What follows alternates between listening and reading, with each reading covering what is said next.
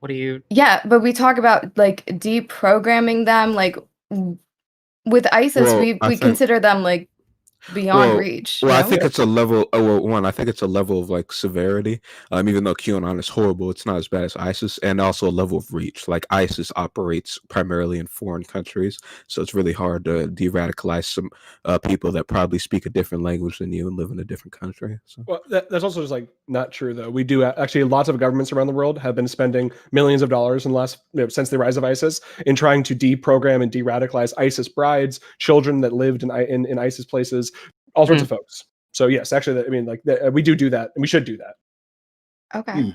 We should fight them. Which obviously, if you're a jihadist who's trying to blow up something, but if you're just a person that has bad ideas, I don't think that we should. You're not too far. Yeah, I agree with Kobe. There's a difference between somebody that will run into the Capitol building with a weapon, hunting someone down with ties, with tactical zip ties, with the intent to capture another individual and harangue them, and to engage in some sort of like we knew people were going into the Capitol building with the intent of finding Nancy Pelosi and murdering her.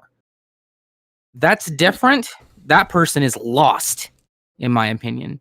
That's different from the people who maybe were never entered the Capitol building, who were standing outside, or the people who, because there is a question that I do like to ask, and this one usually pisses people off, and it's, do you blame the victim or the liar? Or both? Who do you blame? Let's go to Hans. So I actually think that me and you probably agree prescriptively, like what we should actually do about these folks, but we probably disagree descriptively. So yeah, I obviously both agree. We need the folks that everybody that was in the Capitol fucking with shit, clinker, right? You need to go in prison. So this is the argument that I'd make, and I'll answer both those questions. So the first would be that I think that it's not that they're too far gone. It's just that they have crossed a line that they need to be. They have demonstrated themselves to be a danger to society, and they need to be removed from society for some sort of amount of time, and hopefully rehabilitated. And then the second one would be: do we blame the liar or the person who has been blamed on the lie? And I think that the truth is that there's sort of a varying levels of guilt, right? I think that someone like Q Shaman or Rudy Giuliani should face a significant more amount of penalty. Or there's a lady that just got announced today who stole Nancy Pelosi's laptop and was directing people going up the stairs, up there, trying to get people to go towards senators. Those kinds of folks, and the person you said, those people, they crossed there's another line that they crossed, which is, even extreme more than just, you went to the Capitol, you expose it, you're too far gone in this kind of situation that you are willing to do things that are kind of so antisocial. I believe in intent. I believe intent matters. Sure. Yeah. No. Yeah. Especially that guy that had that very terrifying picture of the zip ties. We know what that was going to be, and that person needs to be dealt with. Yeah. Let's go to Hans. Thank you, Hans, for being here. Very much appreciated. Thanks so much for having me. I really appreciate it. I was just streaming Magic the Gathering, and Danabo told me that you guys were on, and I was like, oh, that's awesome. So I think there's a specific context of like the perception that I believe Sherry was talking about. I'm sorry, I'm not sure how to pronounce everyone's names, but you were talking about like we don't want to make people feel like their perceptions of how the world is happening and forcing them into a dark place is so imperative to like in the process of deprogramming that we don't want to validate their concerns. And I understand, of course, like why you would think that, why that could make sense on a like smaller level, but at some point I feel like we have to pretend that there's some sort of objective reality and that different people's perceptions of an event or perceptions of a cause or an issue aren't both equally valid. And again, I'm not trying to say put all 70 million Trump supporters into some sort of like re-education camp. But the idea could just be that, hey, your perception of the reality that that Democrats are demon possessed pedophiles that are drinking the blood of children and all sorts of crazy shit like that. At that point, I'm sorry if that's your perception, but I'm not sure what if I'm allowed to swear, but that's fucking bonkers, it's not an okay thing to really have as a perception, because you're probably a danger to people around you. And again, I'm not saying this is the idea of if you're quiet, if you're not actually acting on your crazy beliefs, that sounds like an okay thing. But it seems like these people are increasingly acting upon their radicalization, right? Like we know a lot of like internet communists that like talk about like destroying capitalism and like overthrowing the United States government, but we don't have them blowing up buildings or like attacking the seat of our democracy, or like what if you call America democracy, right? So I think there's just a difference of scale and a difference that at some point your perception becomes irrelevant compared to the damage that you can do. And I don't think it's worthy to say that all 75 million like Trump supporters, including members of my own family, are like horrible people. But like I think like Kobe said, like the people who stormed the Capitol are a good place to start, and we can work our way back from there to find some sort of acceptable line of like. Isn't it? I'm sorry. You can finish. Oh yeah, that was essentially everything. But yeah, I'd love to hear what your thoughts on that. I was just gonna say, isn't it hard to call a QAnon person when we just gather everyone who voted for Trump into like the same category, because we know that they all aren't QAnon, right? I get what you mean. I would say that we're not. It seems like the most QAnon people are Trump supporters, but not all Trump supporters are QAnon people, right? So like when I say like we shouldn't say re-educate 70 million people who voted for him, we could say at that point I wouldn't blame the victim. I would largely blame like the liars, right? I would say like, oh, the misinformation spread by Fox and One American News Network and various right wing like internet personalities are obviously the ones to blame for that. And I don't blame like the average Joe, like my uncle who might listen to talk radio while he's like driving home from his job as a mailman. That's not his fault if that's like all he's listening to, right? Because like that seems to be what's being propagated. But someone like the Q shaman or Nick Fuentes or people who like actively participated in like the most dangerous parts of the riot, we know that those people are pretty bad in the same sense that like if you are actively a member of like the Proud Boys and you go to these you're trying to like smuggle weapons to DC, like has been like many people have been caught trying to do at this point. At that point, you clearly have malintentions and you have the intent to act on your perceptions or intentions. And I think that's where like the line starts being drawn, right? You could say that if someone hasn't actively committed like a horrible act yet, then of course, let's work on like, reaching out, de-radicalization, things that can encourage them to start reforming back into society. And the way we help them is by, I would say, de-radicalizing the platforms or like the voices upon which they listen to, right? Encourage them like to seek out all different media, or at least like less aggressively crazy media, right? And maybe like Wall Street Journal instead of Fox News, like something that can like make them a little less crazy, even if they're still like conservative, right? Because the conservatives have existed for a while and they haven't tried to storm the Capitol, since the Civil War, right? So it seems like we're reaching a boiling point in terms of radicalization. And I think everyone's pretty much in agreement that there is a difference between the average Trump supporter who voted for him, which again, his support among Republicans has dropped like 20 points in the last like 2 months. So a lot of Republicans are throwing him away because they're like, oh shit, like I didn't sign up for this. Like I voted for you, but I'm not going to try and overthrow democracy. So again, it's a good place to start. Find the people who are actively committing bad acts. Let's not, go full thought police or like do like Patriot Act 2.0 to try and like take people out who haven't done anything yet. That feels really bad. We should again de-radicalize those people by getting rid of their media sources or like helping their media sources become less shitty. But the people who have actively like expressed intent or done actions, we gotta do something about them, and that normally means like prison. Yeah, we definitely don't have to go 2.0. I think the first one is still doing exactly what the fuck it wanted. Yeah. So literally 1984. Well, thank you for being here, Infinity. Sorry. No. Thank you. Let's do two things. One, hey guys, if you're enjoying these conversations, please give me a follow. Haven't yet followed me? We have these conversations all the time, 6 days a week. So if you could follow the channel, we'd love to have you back in the future. Also, if you could sub to the channel, remember it's only $5 to continue this content, to keep it going and growing. So if you could use a $5 to support the channel through a sub, that would be fantastic, right? If you're not currently sub, also if you have a Twitch Prime Gaming, Amazon Prime, you can support the channel for free. You are allowed free subs. So if you could consider using that on this channel, that would be fantastic. Great way of keeping this channel up and going. And remember, it doesn't cost you a dime. Beyond that, please consider a multi-month subbing. And literally no one's done it before. I'm curious as to what that even looks like. But anyway, remember that you can, for and for 3 months altogether, you can pay for 3 months altogether and save 20%, or 6 months altogether and save 30%. So you can support the channel and save money. Also, you can donate bits. Also, you can donate subs. Also, you can use the PayPal button below the screen. If you scroll down there, you can find a PayPal button. If you could help us out that would be fantastic. And when you do that, you get our emotes, exclamation point emotes in chat. If I can type that out. Which I can't apparently, but exclamation point emotes in chat. Those are the emotes that you get when you do that. Thank you, console leader, for continuing your gift subs you got from Kami Buddhist. It's really, really kind of you. Hardly anyone ever continues their gift sub, but you're one of the few who did. So I'm very thankful for you. Welcome back to Wish Generation. It's really, really kind of you. That support is what we need to keep this channel going and growing. So thank you so much for that.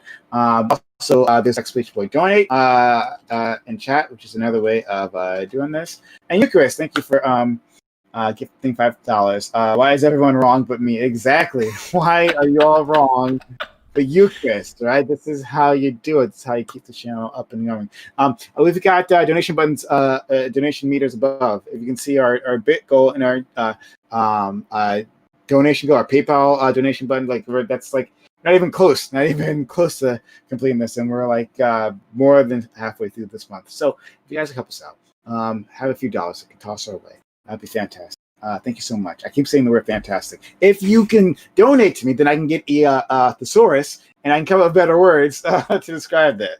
So all would be very helpful. Thank you all for that. Okay, and one other thing.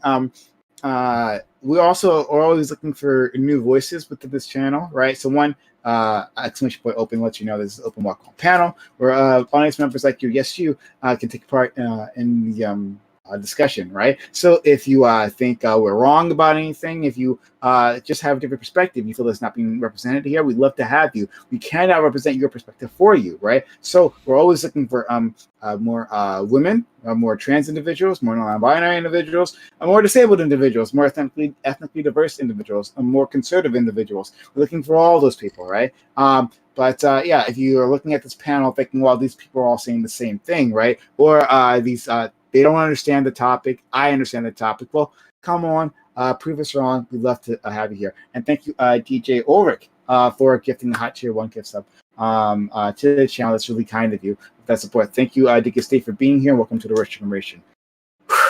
Okay. Did you do that all? I got a lot of practice at that. So let's go to Tom.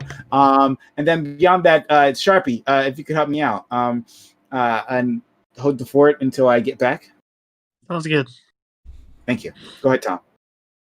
Hans, funny seeing you here, man. I know. How you doing, man? Holy shit. We haven't. It's been a couple months, but it's good to hear from you again. Yeah. No. We talked. Yeah. So we talked before New Year's, but go ahead. Sorry. Yeah. We did. So I guess I'll direct this to you. You said conservatives aren't storming the Capitol, right? And I think that somebody else mentioned earlier that they think that probably the difference between a religion and a cult is that a cult seems to pull everybody away from their community. And maybe they feel that's different from religion, especially in the United States, because in the United States, the religion is Christianity, and that's just part of most everybody's community. So maybe if Christianity started dying away faster, or less and less people started becoming or were Christians, then maybe they'd be storming the Capitol. But if we're as a Christian, I say that. But is there? I feel as though one of the biggest problems is that they think that they're not being heard, and that they feel they have to get out there and cause some ruckus and make some noise. So, Hans, do you think that there's a way that we can actually make them feel heard without actually giving any sort of credence to their ideas? I would say in regards to the religion versus the cult thing, right? It seems like most Americans, having a church or having some other community thing that can provide access to other human beings is a great way of making people a little less de-radicalized, a little closer to the communities and local areas that they live in. And I don't see a problem with that. I think there's obviously some negative impacts of religion. I'm an agnostic atheist, so but I grew up extremely Methodist, so it's really easy to understand how that can be a good thing, and how Black churches played a pivotal role in the civil rights movement, and other important things. Religion can be a force for good, just as the way it can be a force for evil. Totally understand that. when you say like religion, like in the case of Christianity, like permeates through the entire culture of the United States in the sense that like it's like 70% of people like identify as some flavor of Christian. 74% according to Gallup. Yeah, so 3/4 identify as that. So obviously, when it's easier to just have it as something that exists when you were like, especially like a massive majority.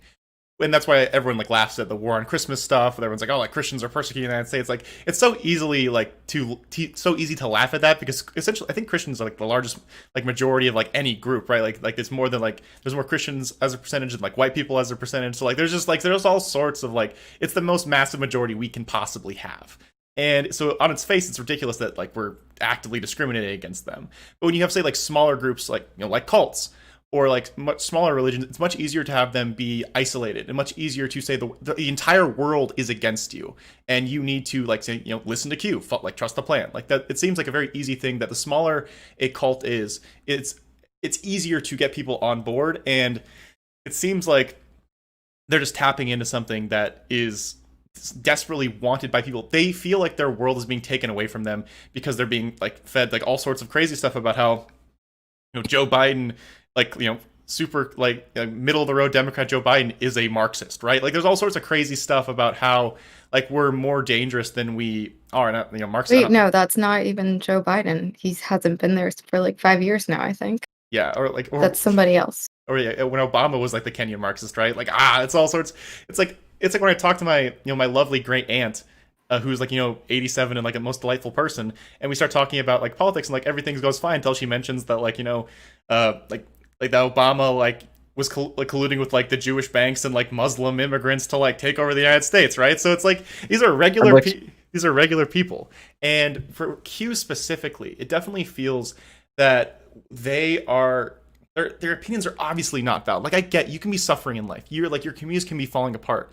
But believing that some like rampant conspiracy that doesn't really have a presence in reality is disastrous, both for like being heard because no one wants to listen to you because you are kind of fucking crazy, right?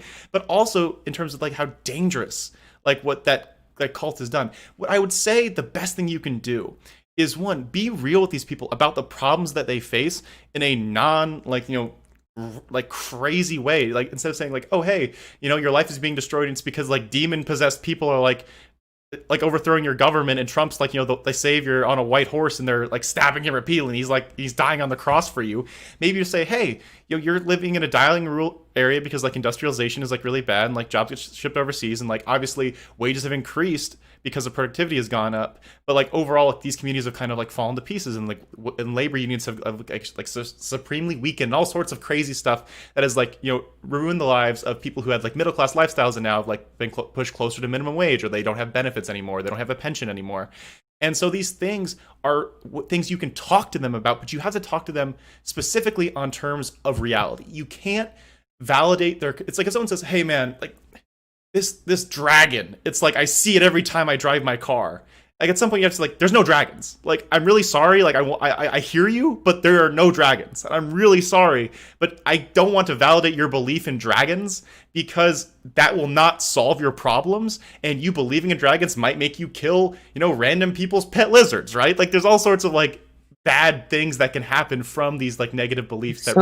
Sorry, go ahead. Can I jump in here on something that like has had an actual impact in regards to this, right? So of course, go. Yeah. For example, and this is slightly off topic, but it is tangential. The gender critical movement against trans people in the United Kingdom, for example, that pushes the misinformation, disinformation campaigns that they continue to push about trans people and puberty blockers and transition and hormone replacement therapy, et cetera, et cetera, et cetera. And things like, for example, they push disinformation that says that trans women are like basically just pedophiles wanting to assault your children in the bathroom, when like all of the studies and all of the data show that trans women are more likely to be physically assaulted in a bathroom than cis women are.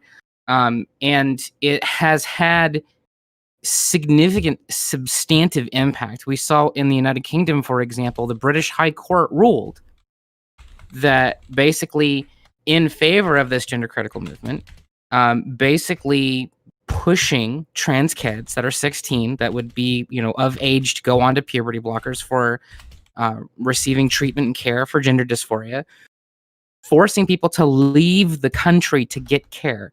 All of this based off of, hatred and misinformation and lies and disinformation that we've been fighting and combating even here in the States, where, for example, J.K. Rowling's big old TERF manifesto actually saw a Republican lawmaker deny a bill, shoot a bill down that, in shooting the bill down in his state, adversely affected a lot of LGBT people in that state. For example, just because I'm trans, a lot of people don't know this, I can't adopt in Ohio. I'm not allowed to.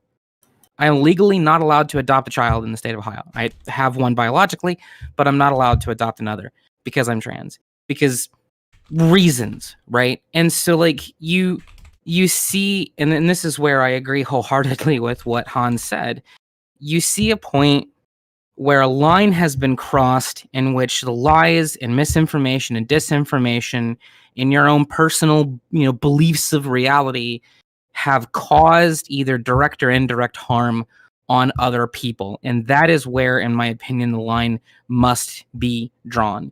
If your bullshit that, like you could say, fucking, I'm thinking of Skyrim, I saw a dragon, right? Except, she did. But anyway, that's wrong joke. If you are walking around, with these just absolute asinine conspiracy theories, and people don't stop you and they don't engage with you, and you continue to be allowed to head down the path without being engaged, at some point, it's going to lead to people doing things that adversely affect the lives of others, to the point that in the United States, for example, the amount of hate crimes against the LGBT community since Donald Trump took office rose more than 24%. They rose more than in the last 20 or 30 years under him, right? Because he continues to push the bullshit. Hate crimes against indigenous people, hate crimes against immigrants.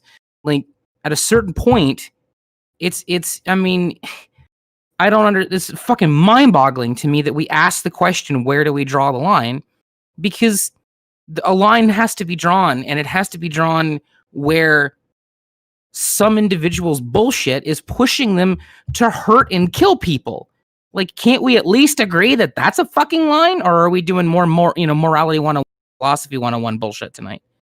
Yeah, but how do we know where that line is, though? How do we Jesus know what fucking Christ. Also, okay, so like beyond where we even draw the line, and I don't want to get too far away from this, because this is why I jumped back on here, because I'm so sick of hearing like this convolution, this narrative being pushed. And I was like, oh well, it's not all Republicans. That's like, yeah, no, we get it. No one's saying that every conservative in the country literally believes that like there is a Satanist cult of Democrats who have stolen the democracy away from Trump and given the election to Biden.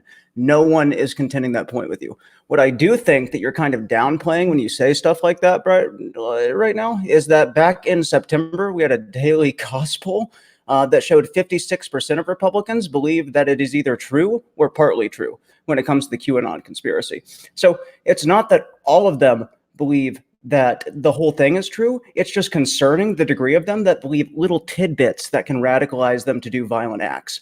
And as far as the amount that believe, don't you think it's generous calling 70 million people QAnon? Like, how do we actually villainize them if we just say 70 million? What are you getting at, Cherry? I am so completely lost with you. Like, what do you... What do you want? I don't understand. I understand. And if I can finish my point, I think that it can be clear. So I understand that it's not useful to say like 70 million people are cultists and there's nothing that we can do about it. But it's also not helpful to say that 33% of 70 million people saying that they fully believe a conspiracy theory is not a big deal, and that it's not really that many of them. That's a highly irresponsible to downplay the problem like that in order to make it seem like we're going to have an easier job de-radicalizing these people than we actually fucking are.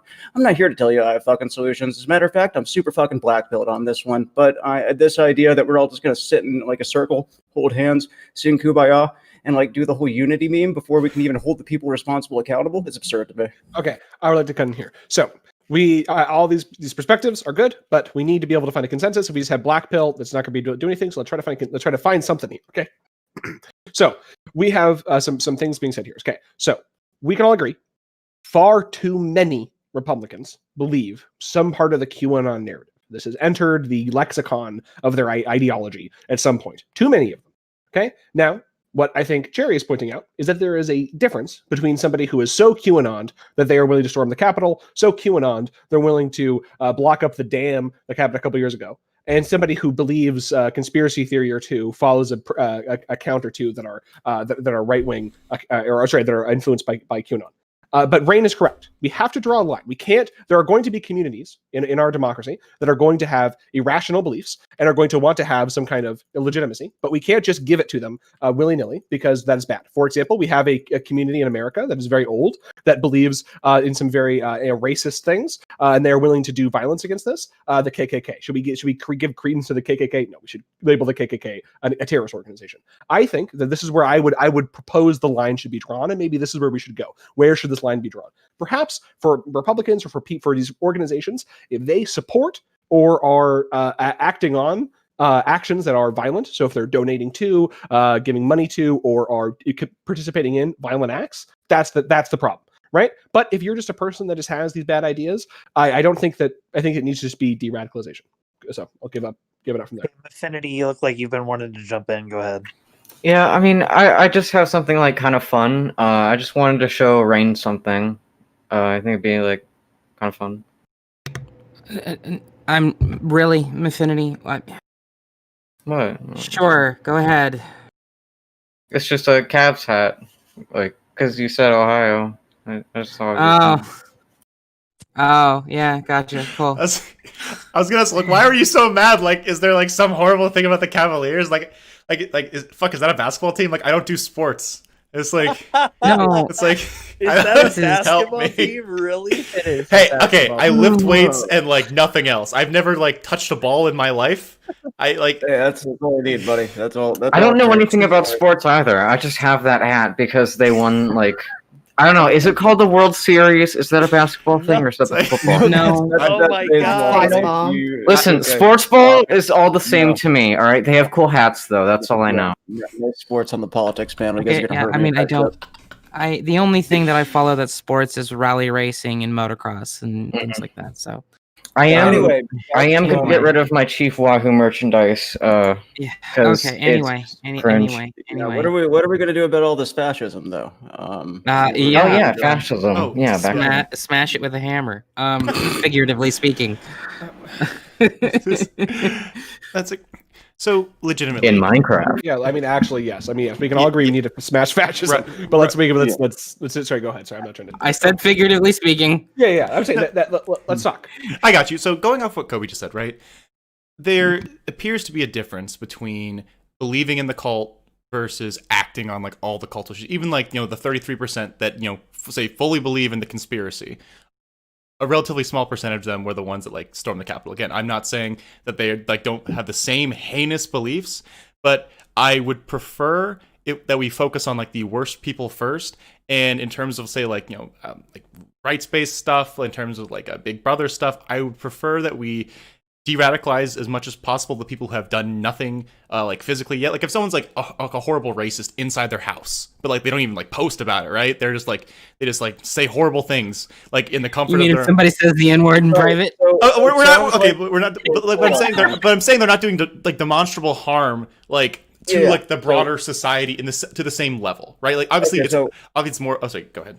No. I think I understand what you're saying, and like I think that like we agree with each other like on the principles here, like we agree with what the problem is, and like in a very abstract way, I believe that we agree with the solutions. Mm-hmm. The thing is, you're saying that you want to hold the people who are responsible for the violence accountable. Well, what do we mean by that? Do you have to be the person that's actually doing the violence, or can you be an individual that like holds a position of institutional power that's paying a lip service to these insane ideas? Oh, those people should be like expelled from Congress, obviously, and like the people. Yeah. Yeah. Well, I mean, it's like, we even like we saw Trump expelled off of Twitter, and I think that the mention of election fraud has dropped 70% since, right? So there's clear, demonstrable, like good effects to taking away these people's power. So I'm just making sure that we're saying that we're holding the people responsible accountable. We're not just saying like you have to actually physically be the person to step foot in the Capitol. Like maybe Steven Crowder could be criminally charged. Maybe I can definitely see something like that happening. Yeah. Let me address that. There is a big difference between should we should do things and whether we can do something. We should ban all fossil fuels tomorrow. We can not probably do that. We probably might be able to do a carbon tax, right? I believe that the idea, I don't know what kind of law we'd have to set up to charge Steven Crowder, and how could that be used against other organizations? For example, what if there was a radical anarchist ecological group that was promoting, for example, Istasha, which is is that what the name of it? Istasha, I can't remember the name of it. Anyways, they're a journal that publishes radical anarcho-primitivism, and they publish how to destroy things, and they talk about destroying the state and how to destroy and all that kind of stuff. Should they be if somebody burns down or if somebody breaks into a laboratory for animals, should they be charged if we can make a connection?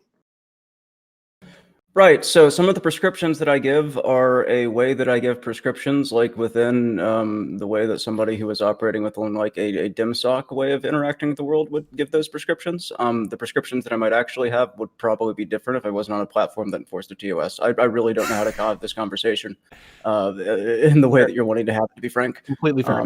So just so you understand like where I'm coming from here, but yeah, I mean, I don't disagree with anything that you're saying. Completely fair. Yeah, I think that there's a question too. I often come back around to what role does intent play here, and what role does what is their goal, and does their goal have any impact? So, for instance, like if someone is doing something that's purely a political move, and they don't actually believe in what they're saying, are we saying that we would punish them to the same degree that we would punish someone that like actively stormed the Capitol or actively assaulted a police officer, or those kinds of things?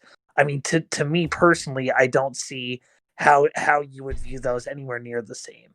Even if you would make the argument potentially that maybe there's some action that should happen to all involved in that, like the amount of action that happens to the individual that's making what is just an overtly political move seems to me to be significantly less.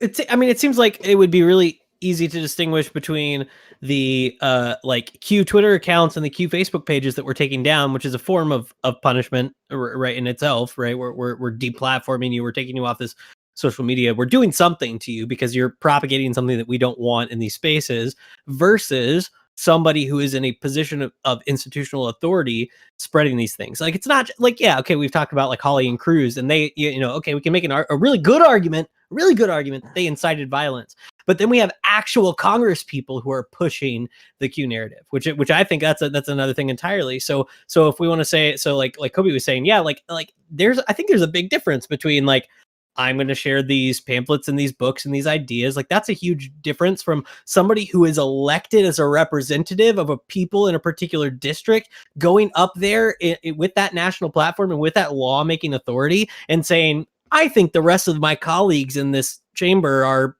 pedophile, demon worshipers. Like, that's an entirely different thing. And so I think it's not too hard to have a sliding scale of potential consequences there. And just to be clear, like the other thing here is like I understand that even the idea of us successfully impeaching Trump and having him removed and then proceeding to like remove Josh Hawley and Ted Cruz and Kevin McCarthy, like these are moonshot ideas.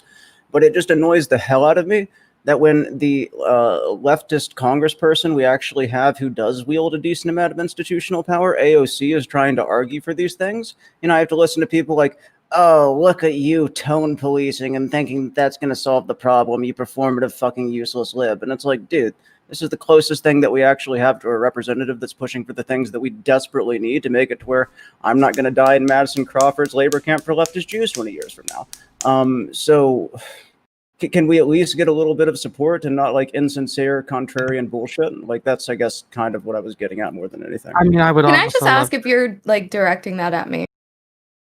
Oh, no, I don't feel like any of the points that you've made have been like, no, like if you feel that way, I'm very sorry. And I know that I've come across as a contentious, condescending asshole, like a good 90% of the time, but nothing has been directed at you specifically. I'm so sorry.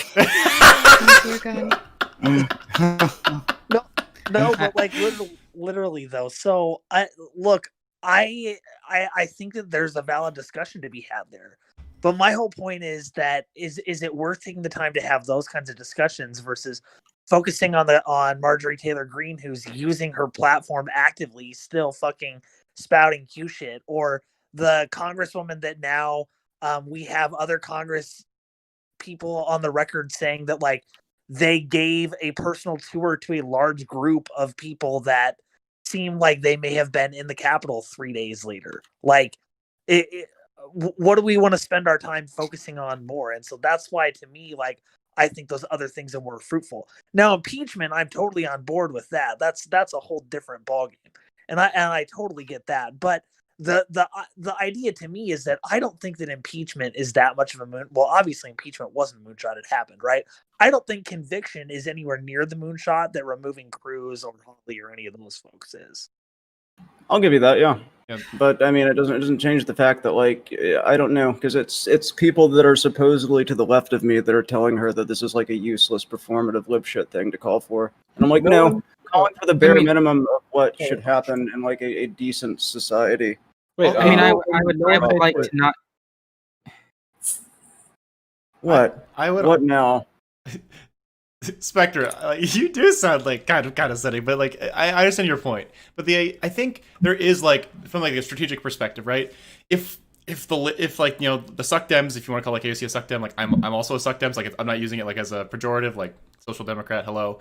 But the idea is, if the left leaning Congress people we have, if they like, if they and the issues they actually agree with them, if they work with the Democratic Party, like, instead of just being like constantly openly antagonistic over literally everything, then like maybe like they'll, again, like I have no like faith the Democratic Party won't constantly stab them in the back, but this give them less ammunition to like constantly say, like, you know, because if AOC wasn't for impeachment, if they're like, guys, like why aren't we trying to reach out across the aisle, like you'll get more like, you know, like accusations of like with the red brown alliance between like, you know, like people who are like, oh, like, you know, I'm happy that they tried to storm the Capitol because, like, as an authoritarian communist or like anarchist, like I want to one day do the same thing. And it's like, even if you like were like of that mindset, I really like am disgruntled or frustrated that you would like prefer to, like, you know, ally with like fascists over, you know, suck dems and libs. Like I get, like, it's like, I think it's literally like, it's like my pinned tweet. It was my pinned tweet. It's like, hey guys, like, fascists are worse than libs. Like, I'm really sorry, but they are. Like, just come on. Like, we find that mythical person and bring them on stream, please, because that would be great content. That would be really fun. Please, please, please. I know the tweet he's talking about too. And by the way, that's what I'm referring to when I'm saying like people X to the X of me, is I'm referring to like random people I've seen on Twitter. I'm not subtweeting anybody on this panel, guys. I promise. So please stop taking it that way. Holy shit! It's coming up. I mean, who fucking cares at this point? Like, I would very much like it if we moved towards having conversations about how to save as many lives as possible, how to help as many people as possible, and how to do things that are actually actionable. And I don't understand why that's so difficult. I really don't. Like, to have these conversations where we, you know, we sit and we waft, you know, we freaking wax and wane philosophical about things, instead of like the things that are actually happening in this country, like the continued genocide of my people, Native Americans, of the fact that trans people are being murdered at an alarming rate, the fact that, you know, police continue to shoot unarmed black people in the back. Like, can we like really start having conversations about how to do things in an actionable manner to stop this stuff? And I do think I'm getting tired of people being insincere, or coming off insincere at least. And I am also getting really fucking tired of people who just seem to just not give a shit about the emotion and the pain in people who live daily lives where they're terrified to go out of their fucking houses because of the stuff that we're dealing with in this country. We had crazy fucking right-wingers storm the fucking Capitol. I would like to actually hit 40 before being murdered just for being trans by some right-wing nut job. Now, if you want to draw your line there, maybe, would be nice. And before, you know, any of you accuse me of being disingenuous again, I'm going to preemptively tell you to fuck off, because I mean this. Like, can we maybe stop with the insincere bullshit and move towards like actually trying to save lives and help people, and stop this fucking fascist authoritarian movement that is growing in this nation that is going to continue to get people killed. I mean, unless that's people just want to wax and wane philosophical forever. So I'll go to Tom because I believe Tom had his hand up previously. Oh no, okay, that's fine. But I'll say this to okay, then we'll go to Mafidi. I'll say this to you, Rain, about like the thing about emotional appeals, right? Yeah, I don't think that should be dismissed easily, right? Like we have this constantly on Twitch with our debate bros. Like, oh wow, you're making an emotional appeal, so that automatically means I can ignore this. No, what are we doing here? Like what is the purpose of all this, right? Like is it that we just like dick around, right? And make these arguments are completely disconnected from humanity, right? And it's like, well, from the utilitarian mindset, right? Like this makes sense, right? Like, yes, we should have casualties in Afghanistan, right? Like that just makes sense. My utilitarian calculation says that, right? No, humans. The whole point of this is to maybe, at least my goal, is to make a better world for humans and like put some ideas out there that actually might be helpful, like at all, right? And so when I say that, yeah, I don't accept your argument because I care about like the mothers of the children who've been who had bombs dropped on them, right? When I care about like families who come back to see their homes destroyed, right? All those things, like people try to ignore that, but I think that's the most important thing is those people. What are we doing here? Are we trying to actually make a better world for them or not? I guess we're just dicking around and getting a debate points, but whatever. And Prime, I want to quantify and clarify something for you directly real quick. I want it to be known, and hopefully you understand this, that I am not suggesting that what you are doing right now is not worthy and not direct action, right? Because that's not true. I believe wholeheartedly that what you're doing is good, and I'm not trying to brown nose you here, but I know other people have been misunderstood or said some things that upset you. I want it to be made clear that I do not think that you doing what you're doing with these panels and bringing on all these voices and stuff and giving people a place is like sitting around fucking off doing nothing. I don't believe that, and I hope you didn't take it that way. Oh no, certainly not. I'm just gonna say that I feel like I wouldn't have to ask Spectre if he is subtweeting me in real time if I didn't hear from Rain that what the fuck am I saying? Like, where am I getting at? And I get it, you want to deprogram people, but you can't even handle a few sincere questions from me. So I'm sorry if I've upset you in this. I don't know. I did not personally believe. I did not I'm sorry. Maybe that's. I said I apologize, Cherry. I did not personally believe in the sincerity of those questions, and that's on me more than it is on you.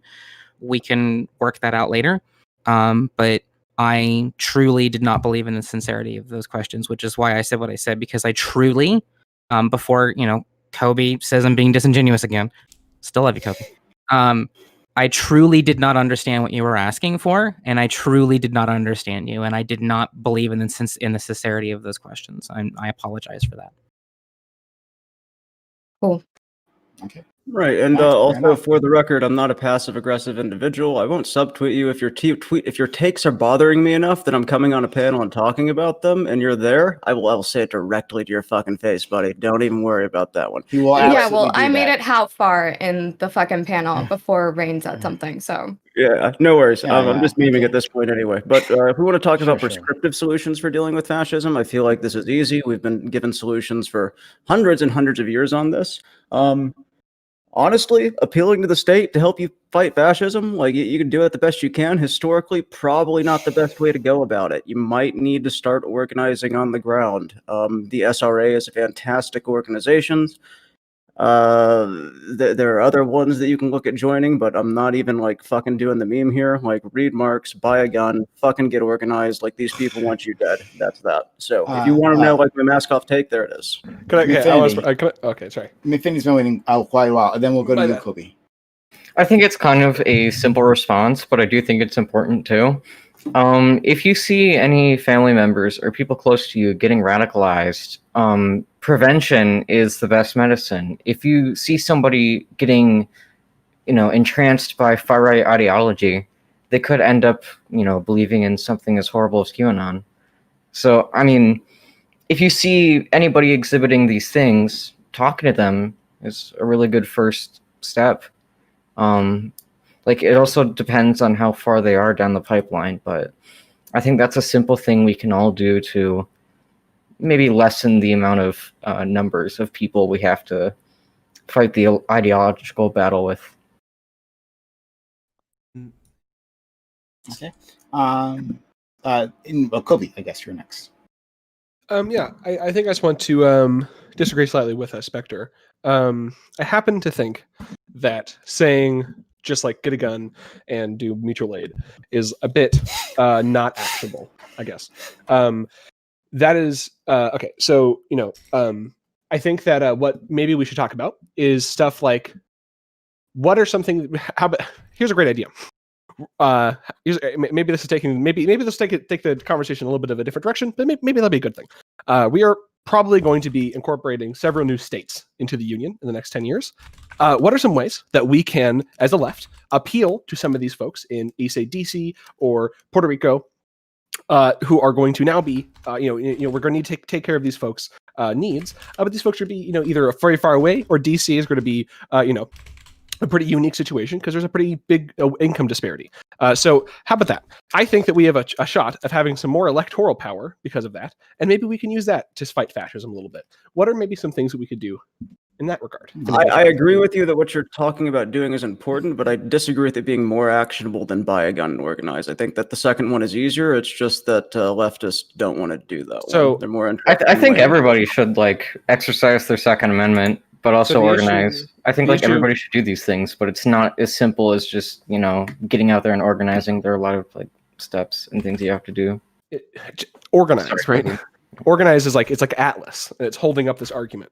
You know what I mean? What does it organize mean, right? That's so different for so many problems and so many places, and that's why, to be fair, I think that a lot of folks, like the biggest Twitch streamers who are political, don't really talk about organizing because it is really hard to talk about it. But this is the issue: is that I don't think it's easy. It's not. It's actually extraordinarily difficult to do. I think for a whole host of reasons. Right? Obviously, right now we have COVID, which is unique in its difficulty. But I think that one of the big things that we have, and not necessarily sure how we can fix this, is that a lot of the people that care a lot about stuff about these issues are people that are the least politically. The least likely to actually go out and do things, right? And I don't know. I just saying organize.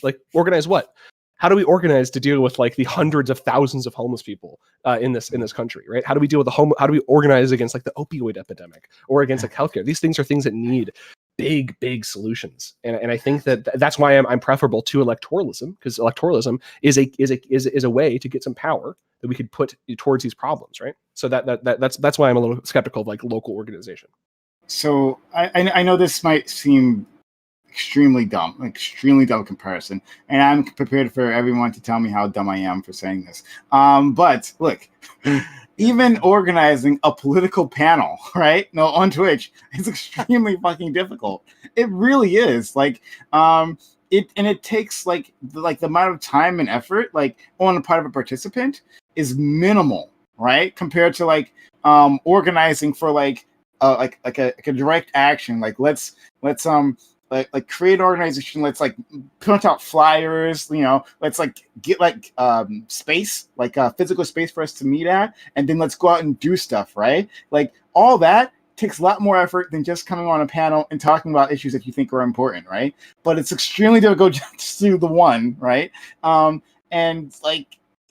organizing is tough. And the people who do that hard work, man, they never get the credit. They never get the amazing credit to actually make that happen. Because by the time you see those big street organizations, right, or street demonstrations, right, there's hours and hours and hours of organization behind it, right? That's the end goal of a whole bunch of really boring work, right, unglamorous work to actually put all together. And it's really difficult to get people to jump on this topic, right? Even if it affects them, and then stay on this topic, right? So I just wanted to back up what Kobe was saying. I think you're 100% on that, and it's something we don't really talk about much. Nathan, you had a quick thing, and then we'll go to Hans. Mm-hmm.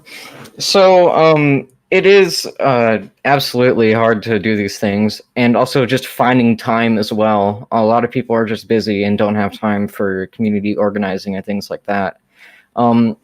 I do have a resource that may be helpful. It's called mutualaidhub.org, and it has some locations and things that I guess people can do if you want. I get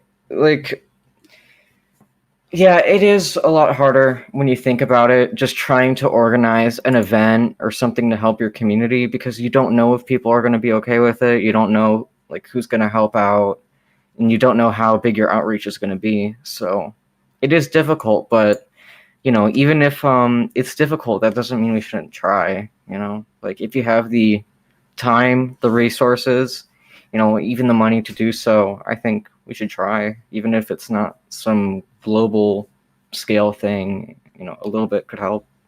So let's go to Hans, and also let's make room for Titan in case he had something he wanted to add. Go ahead, Hans. Again, thanks so much. Infinity, I don't disagree that doing something, trying to do something, even though it's hard, isn't admirable or useful. But like you said, and like what Kobe said earlier, is that it's difficult. The act of organizing is extremely painstakingly difficult in terms of energy, in terms of time. And so if we are working with, again, a scarce amount of money, time, resources, energy, people, it's extremely difficult, and we have to be tactical. That's why I consider myself pragmatic as a leftist, because it feels like if we're not, then yeah, we can talk about the ideals of the perfect communist society all day, but I want to meaningfully improve people's lives, and specifically responding to Rain. I know they're gone, so I don't want to subtweet them, but I would say not to wax and wane as a debate bro. I love debating, but that's not, I wouldn't I'm not trying to attack someone and dismiss them because they made an emotional appeal. The idea, what I would say is, you need a foundational, or at least some kind of basic understanding of what your morality is before you can do good things, right? Because you have to understand what is good. Because clearly there's 75 million people who thought the good thing to do was vote for Trump. So if you can't understand what good is, or you have to explain to people. That's why so many Twitch streamers or big political people are important. How many people can you de-radicalize? How many people can you change their viewpoint? Not by making them do anything, but just by inside making them maybe vote Democrat, maybe vote Green Party, whatever is your flavor of leftism for that day, what you think they should do. It's helpful, and getting people to change their moral axioms is a big deal in terms of winning that ideological battle, so we have less people storming the Capitol, or less people even susceptible to the ideas that would make them want to storm the Capitol. So, as someone who's done a small degree of organizing, right? I volunteered for the Bernie campaign, because I'm sure everyone on here did, right? But it's just, it took a lot of energy. I was in college at the time. I canvassed 2 or 3 times a week. It was rough. I held debate parties at my apartment, and it was, it took a lot of fucking energy. He lost, right? But and so a lot of times you have to try and get things done, and you have to try and use the amount of energy you have. And I never want to disparage someone for trying to do their best or what they think is best, but there's a point where, again, perception doesn't matter the same as reality. All the people who were arguing for force the vote and then try to cancel AOC after it didn't happen, even though it never would have passed even the Senate, that you kind of have to say guys, we have a ton of we don't have a ton of people, we're all tired, we're all sad, we're all depressed because we don't have socialist grandpa, and then we keep eating each other. It seems we eat each other whenever we aren't super excited about something. And I think we can, obviously telling the left side been fighting is a big meme, but if you have someone saying, guys, Bernie Sanders is establishment because he's the chairman of the budget committee now, it's well, fuck, we're never gonna do anything with institutionalized power, because it seems some people are allergic to wielding it. And, are you referring to Jimmy Dore? Just to Oh yeah, I'll sub to Jimmy. If you ever hear this, fuck Jimmy Dore. All my homies hate Jimmy Dore. It's okay, but yeah. So, but just that sort of thing is extremely frustrating, and I want our movement to be successful, not because I like memeing, but and that's part of why I call myself a suck dem right now, as opposed to say a democratic market socialist, because the things that I want are the things that I want to advocate for right now are the things that I think could happen. And like, you have people like Sanders like saying right now, like, hey, I'm going to work inside Biden's agenda, because like I'm like doing like a thing on stream like once a week now where it's like I go through like a part of the Biden agenda, and a lot of it's actually pretty fucking good. Like, they have some interesting stuff on international monetary policy to make sure that like corporations can't use tax havens beyond like a certain percentage, and it's really useful. And like, you actually can hold them to account, not to what say like Bernie would have done, but to like what Biden said he will do. There's actually some really solid like suck dem like market level like reforms that can happen and materially improve the lives of people, which we're supposed to care like a fucking lot about, right? So I'll always like, you know, be there like if the chips are down and it's like time to it's like pay or it's like time to play for revolution like time, sure, but like I don't think that's going to happen any like, you know, even in my lifetime. I'm 23 years old, so I really want to make sure that until that happens, we're constantly pushing for any good change we can, even if it is incremental. I will take a guaranteed public option 1,000 times over like 10% of a chance to get Medicare for all, even though I love Medicare for all and I personally like enjoy it. So a lot of lefties think it's all or nothing, especially those who are terminally online on Twitter. We saw all this with Force the Vault, and you know, I think there's a lack of pragmatism in circles like that, because yeah, I do want really good things, but sometimes it's just not going to be effective. It hurts. So I think I have a really good wrench question that I want to see how you guys have to wrestle with here. Okay. Oh, so I actually gotta head out. So could I could I give a last statement here before I? Sure, please. Yeah. So I wanted to I was thinking about something. So I don't want to disparage local organizing completely, right? There are certain things that are simply local problems and need to be locally organized, right? For example, Native issues do not affect every state. There are only certain states that have reservations. It's going to be pretty difficult to get like people in, you know, certain states really care. That's going to be some certain local organization. But something that I have learned about reading about the Cuban Revolution is that a lot of the most successful socialist experiments have incorporated into their socialist state organically created communities, community organizations, right? So, for example, a lot of the Cuban medical system in some of the big cities came out of cooperative medical, community organized stuff through like churches or whatever that came about during the Civil War, the Cubans, the war for liberation, whatever you want to call it. And I think that's what I want to kind of do. I want to get leftist state power that we can then use to amplify that local organizing. And I'll leave y'all with this. There's this book I've been reading, The Age of Extremes, and it's written by a Marxist philosopher named Eric Robsbaum. And he was a journalist and a member of the British Communist Party. And he actually went to Germany before Hitler came to power. He was in Germany in 1930. And he wrote an article where basically he was saying, the revolution is going to happen, comrades. Germany is on ripe for communist revolution, within the end of the decade. And then, of course, the Holocaust happened, right? And several of his family members passed away, right? I was listening to an interview with him, and he was talking about basically saying he feels the 20th century was a complete failure of the left, that it was a situation in which the bad ideological strain, Marxist-Leninism, was what won, and that it turned into a dictatorial ideology in large percentages of the world. And I think that I don't want to see a failure. I don't want to see a failure again. I don't want to be an 80-year-old man looking back and thinking we're further back than where I started. I really care about people. Rain was talking about emotions. I'm not very good at expressing emotions. I never have been, but I really do truly care about people, and that's why I'm so pragmatic, because I want to see the world a better place than when I was leave the world a better place than when I came here. Have a good night, everybody. Thank you so much for talking. Good night. Thanks so much for being here, Kobe. You're great. We always love having you. Yeah. So you wanted to ask? Oh, sorry. Before you ask that question, Sharpie, Spectre had wanted to get into the line of succession. So we'll go to Spectre. Spectre. Okay, I don't actually know what exactly subtweeting is. If you could explain that to me, I don't know what that is. Okay, all right. So, do we have the boomer command for Prime's channel yet? Hold on, let me test this. I gotta see something in chat here. We got one of these from me, so you need it. No. All right, we gotta fix that later. Somebody remind me to add that. Anyway, hold on. This is important.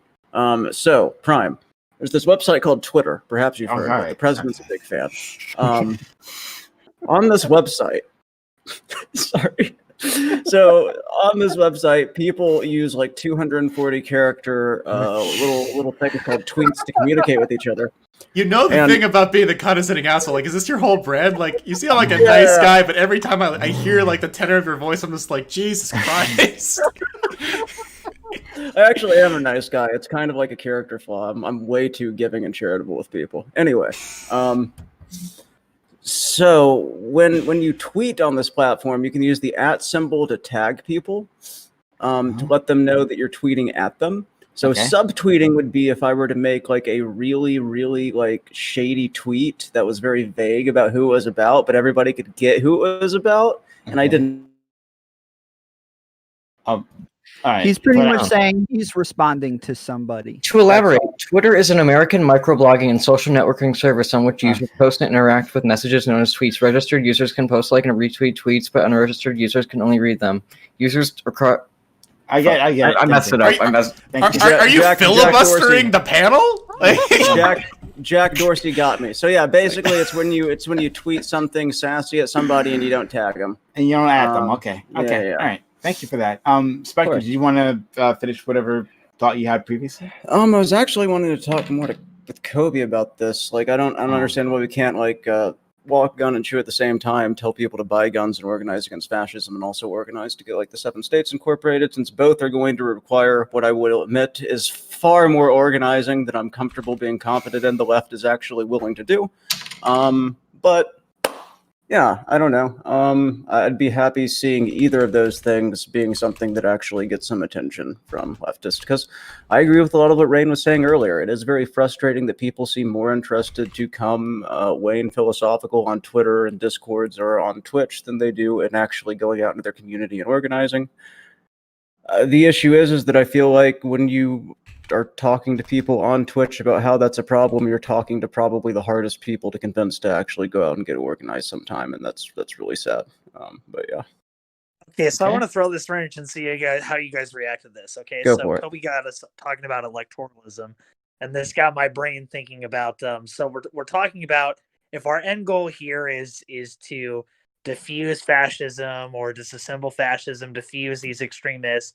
If that's the end goal, if that's what we're really trying to do here, to preserve life by doing those things, if that's what our aim is it better to have a candidate like Joe Biden, a more moderate regime like the Biden regime, or is it better to go further to the would you think that the far left would be better equipped to deal with disassembling fascism, or is a more moderate like what we're seeing now coming in?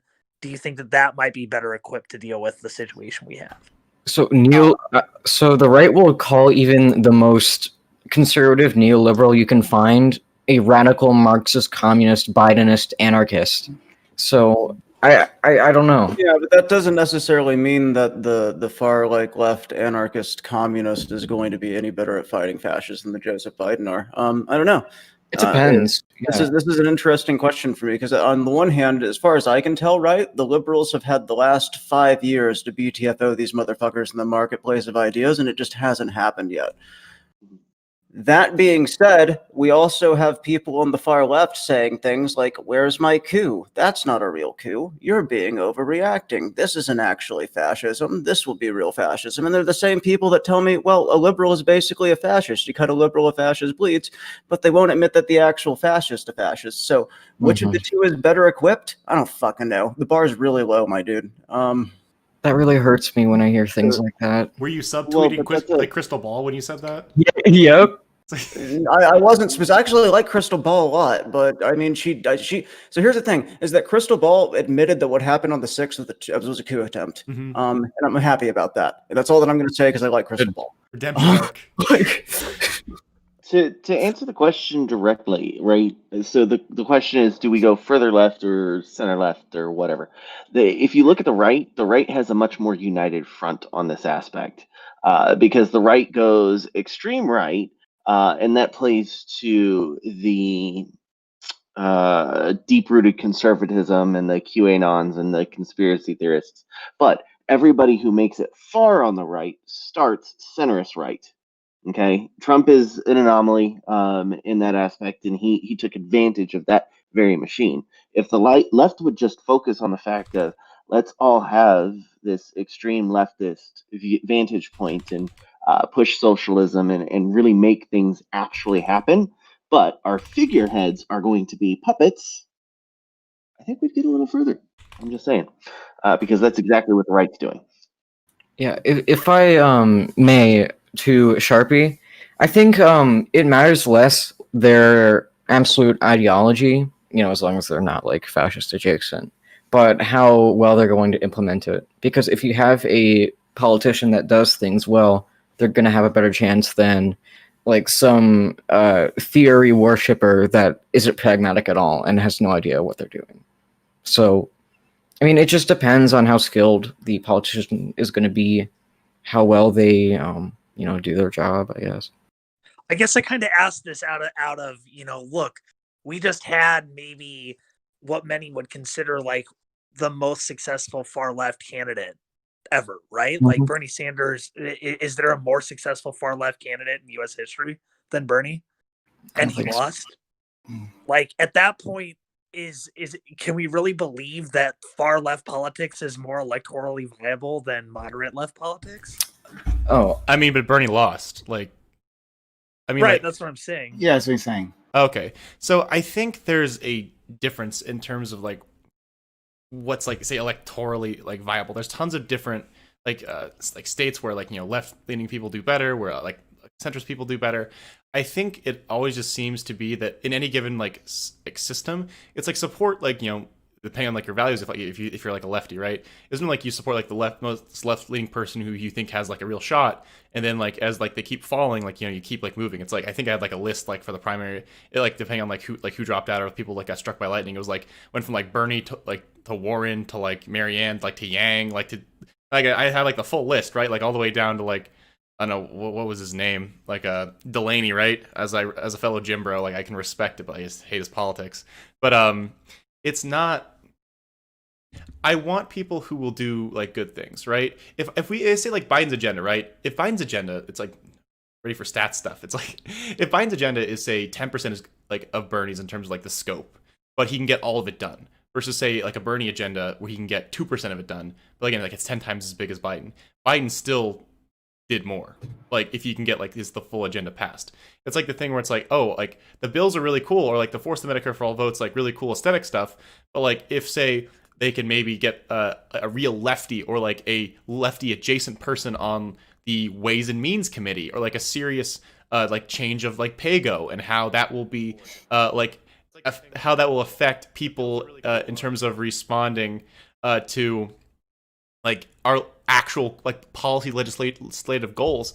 I'm always for like tangible benefits over like idealistic benefits or potential like aesthetic benefits, because it seems like when people say like, oh, we're going to get like the big like the final like kill shot because we like did a Medicare for All vote in the middle of a pandemic, guys, and they didn't all vote for it. It's like, well, like newsflash, I'm sorry, I support Medicare for All. Public option is like 12% more popular in virtually every poll when you poll both of them. It just means like when you ask a Democrat, oh, why didn't you support? It's like, well, I support public option because the majority of my, majority of my constituents support it, and it's more popular than Medicare for All. It wasn't like the electoral dynamite that we desired. So I always will advocate for like the furthest left thing that feels like is possible. If that means Bernie, yes. If that meant Biden over Trump, yes. If that meant like Pete Buttigieg over like Biden, if he was like actually like more progressive than Biden, I will pick Buttigieg, and I will just do that every day and slowly try and push things towards progress until I'm dead. And if we never get a revolution, like that sucks, but I'm okay with that if it means I can help people as much as I can along the way, as opposed to, just doing aesthetics. Like, aesthetics can be fun, but like at the end of the day, like what are we really doing? We're trying to like help people.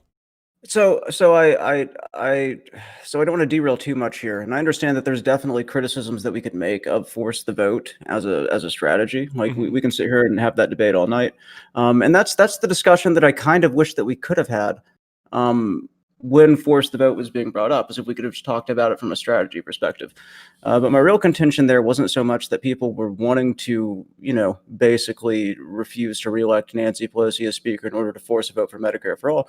Like, I think that we as leftists should be able to sit down and discuss the merits of that as strategy. My issue is that certain people who were saying like, well, if you happen to be in Congress and you don't think that we should engage in this strategy, you're not a real leftist and we should want nothing to do with you anymore and we shouldn't support you in the primaries. That's where I started to get a little bit uncomfortable. It's the purity testing, yeah. But I don't know if I would just write that off as everybody who supported that movement is a dumbass that was like engaging in some kind of invalid strategy. I believe that. I think some of them had a good point. I have a few things to say here. One, I don't think everybody that supported that movement is a dumbass. But what I do think is that moment's gone.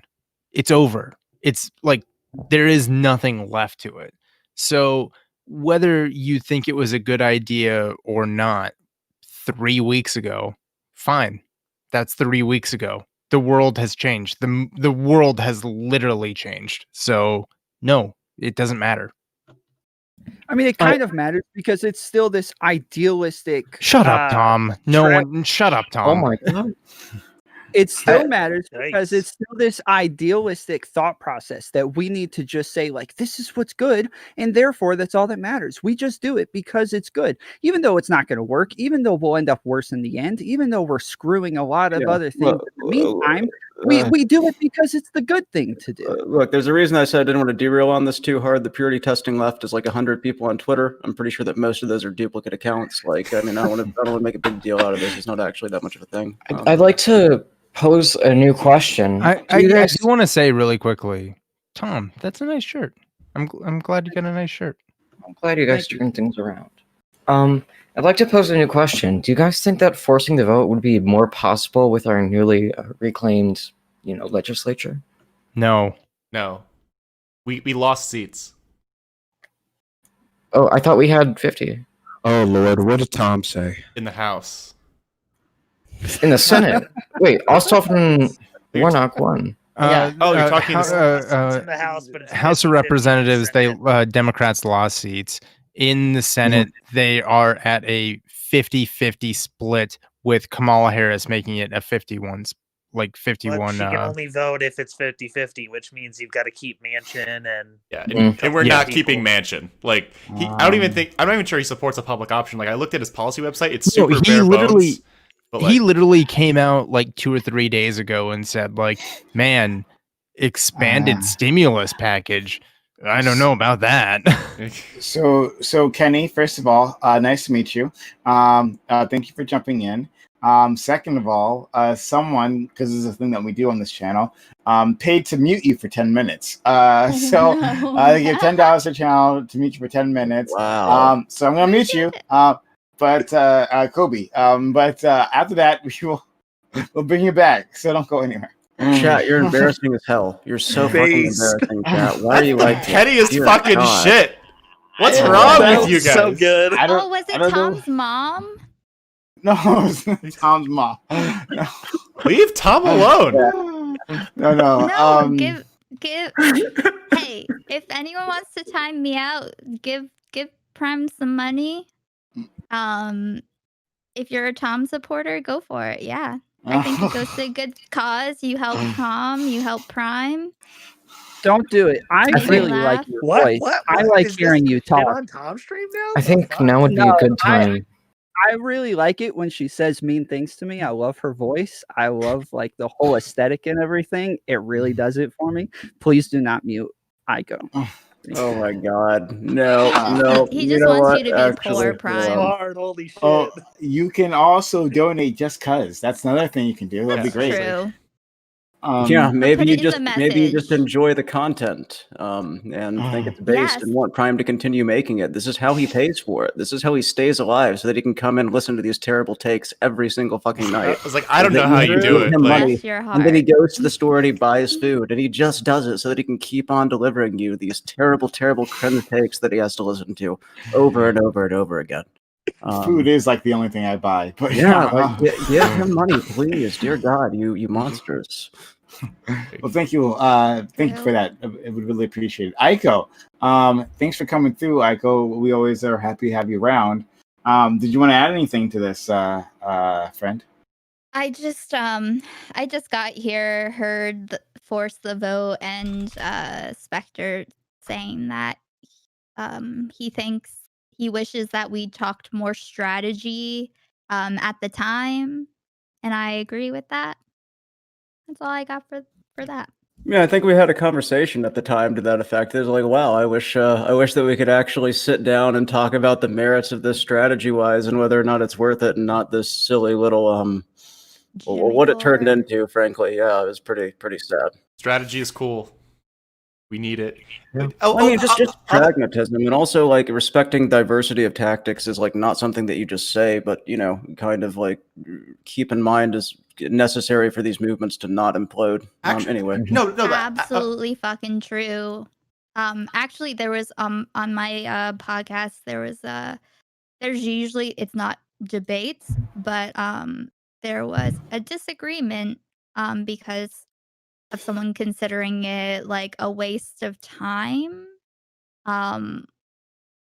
versus the idea of keeping people, like having actual like records and bearing witness to things that happen in real time, so that when we strategize in the future, we're basing things on events that happened and not like hazy whitewashed or whatever narrative that ends up becoming. Yeah.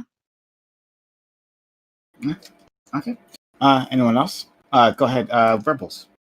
Yeah, I got a quick question. So this literally just came to me listening to some of the questions. Why or what is the left's version of church? What is our playbook that the right has in regard to the Bible? The Bible is Reading theory. The Communist Manifesto, baby. What else do you need? correct. But why on the left is it not so widely accepted? Whereas if you look at the right conservatism, everything is focused on, well, is it aligned with our moral principle? Oh, I think the best. I hate to quote Slick Willie, but I mean, Bill Clinton once said, "Republicans fall in line, Democrats fall in love." Yeah, like everybody on the left is very like they're on the left usually because they have somewhat of moral axioms, like they have a moral compass, they have like something that's actually informing their politics, and this creates a certain amount of infighting. Because some of us have different moral axioms in different places. Whereas on the right, it's basically just like the strongest guy at the table, kind of like, beats the fucking table. Everybody else comes to attention and they do whatever that motherfucker wants because they understand that's the way you maintain power in a two-party system. Well, I mean, I agree that Tom being on the right doesn't have a moral compass. Tom, you psychopath. Would you like to respond to Spectre? I'm just quoting Bill Clinton. Isn't Tom Arch on the left now? Because you said it. So maybe he's not the best person to be speaking on morality. I don't know. Yeah, I would say that most of my axioms are probably right leaning, but most of my policies that I believe in are left leaning or democratic, more DemSoc sort of stuff. So yeah. What what does that mean? Does that mean like economically left and socially right? What is, because there are other people like that around. I think that would be too simplified to say. No. Like, not to speak for Tom, but there's actually like some pretty solid arguments in terms of like economics and stuff, that even like the goals of like the stated goals of like the like a conservative right, you can often like achieve those goals better. No, fucking get rid of his camera right No, now. I mean, I meant like, what's the right leaning since unless I heard wrong. No, so what I would say though, right? Like if like the stated goal of like the right is that they don't like abortion, right? And you say I was asking Tom specifically. I'm trying to provide like an example as to like how someone who says like they have right leaning axioms would support like supposedly left leaning policy. So like I get it. I wanted to hear it from Tom specifically because I know what you're saying. Okay, I want to cool. know what he thinks. But thank me you and for the me and offer. Han. I was gonna ask like what's wrong with my voice? Like, do you not like listen to it? I was just saying that I was asking, like, it's about Tom. I grew up with only conservatives, so I get it. I just want to know why Tom says, like, what part of his leanings are the right leaning. Yeah, go ahead, Tom. I mean, if we're talking like specifics, like, yeah, I'm in favor of capitalism. I'm pro-life. I believe, the Second Amendment, maybe not as far as, like literally you should be able to buy any gun at any time for any reason or anything like that. But I would call myself a conservative because I am religious and most of my axioms are religious. But when it comes to politics, I have more of a secular reasoning for everything because I don't think that my religion should be pushed on anybody based or anybody pretty much because of like the Constitution and things like that. So that sounds perfect to me. Like, besides like the abortion thing, you just sound like a liberal. If I'm guessing the rest of your economic and social policies, right? You're not like against gay marriage and stuff like that, right? No, I walked my sister down the aisle like my for her marriage.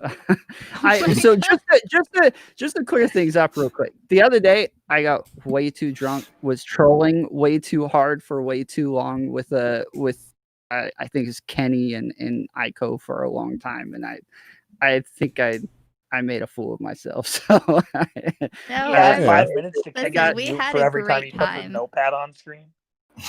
I think in the moment I enjoyed it. I don't remember it too well, but yeah. No, I was gonna I wanted to ask, okay, so you're personally morally against abortion, but understand the pragmatically in society there are worse outcomes if you don't have safe and legal abortion. Is that correct? I would say morally it's probably wrong, but what I advocate for as somebody who is pro-life is more things that would help women in society feel comfortable enough to where they don't feel as though abortion is a necessity, to where like they can be taken care of without thinking they have to get abortion so that they don't lose their jobs or have to give up their career or have to drop out of school, or to where they can continue going to work and not have to worry about whether or not they make $7.25 and can still afford a babysitter. Like, I think that taking care of women or even men who want to stay home in society who most abortions are economically factored, or the fact that they don't have a significant other. And I think that the government has the ability to take, or even just, nonprofits or something like that. I think we have the ability to take care of women in a way to where they don't feel pressured. And so but in the meantime, it's not like you're not obviously it's not ideal, but you understand it as things are, that safe and legal abortion is a necessity presently. You're unmuted, Kenny, just so you know. But go ahead, Tom. You're unmuted. There's no reason to do this. Go ahead, Tom. I'm not trying to make abortion illegal, if that's what you're asking. Okay. Oh, so I can say like publicly now that Tom doesn't know how to eat a pussy. Cool. Well, it becomes less fun the more the more Tom says reasonable things, the less fun it is. I'd like to counteract that insult with a little compliment, Tom. I think that's a very nuanced and respectable position. Yeah, Tom. I like. I said earlier, and I actually got muted for it. But I said earlier, and I got muted for this. Tom, that's a nice shirt. Like, I like it. It's a nice shirt. I don't think that's why you got muted. No, it was the McCarthyism in the chat. I think it was the comment before that, but oh god, I wish I was here. I don't know. It's a nice shirt, and I think that's lovely, Tom. I hope someday you learn how to eat a pussy. Yeah, what lore are you referencing? I feel like I missed 7 episodes. What happened? Yeah, I need some context. You guys have some personal beef that we don't know about. I said earlier, I got too drunk and I was trolling for a long time, and the VOD is there if you want to go watch it. It's like hour 5 of 7 hours. What? The context is the context is very simple. Tom grew up in a conservative Christian environment. I'm just spitballing here. Am I right, Tom? Am I getting in the so very conservative Christian? Look, these people generally don't lose their virginity early. It's perfectly normal for them to not know where the clitoris Wow. is. Well It's into their okay to 30s. be a virgin. Wow. All That right, shouldn't be. I'm still a Bro, virgin. y'all are hating. Tom gets You it guys- on. I don't know what you guys are talking about. You guys I want to don't go know. check Have you out seen my that Facebook? shirt? This guy You will be fucks. very happy. Yes, you guys want to go check my Facebook. You will be very impressed with the number of very pretty women that are on there. Call Tom the fucking Doomslayer. I want to confirm. I've ever heard. I want I to don't wear this confirm. shirt I for want no to. reason. I want to confirm. Like with that shirt, he gets all kinds of pussy. He just doesn't know what to do with it. I think the Joker poster in the background adds charisma. Aiko, no need to spread lies here. All right. Should I get a better shirt? Boomer? Like I didn't say lies. I did can I? change. Like I feel like my outfit isn't enough for this. Kenny, what would it take to make you more butthurt, my guy? What did Tom even do? I don't know. I don't know what's Prime, the you what's the missed out gauge on of your like such strap good on. I don't know. Like what's gonna make me more butthurt? Like shut the fuck up. You Go feel away, really you little mad. nerd. Go You away, feel you little really nerd. mad. Hey, leave short kings alone. Like you don't know how tall he is.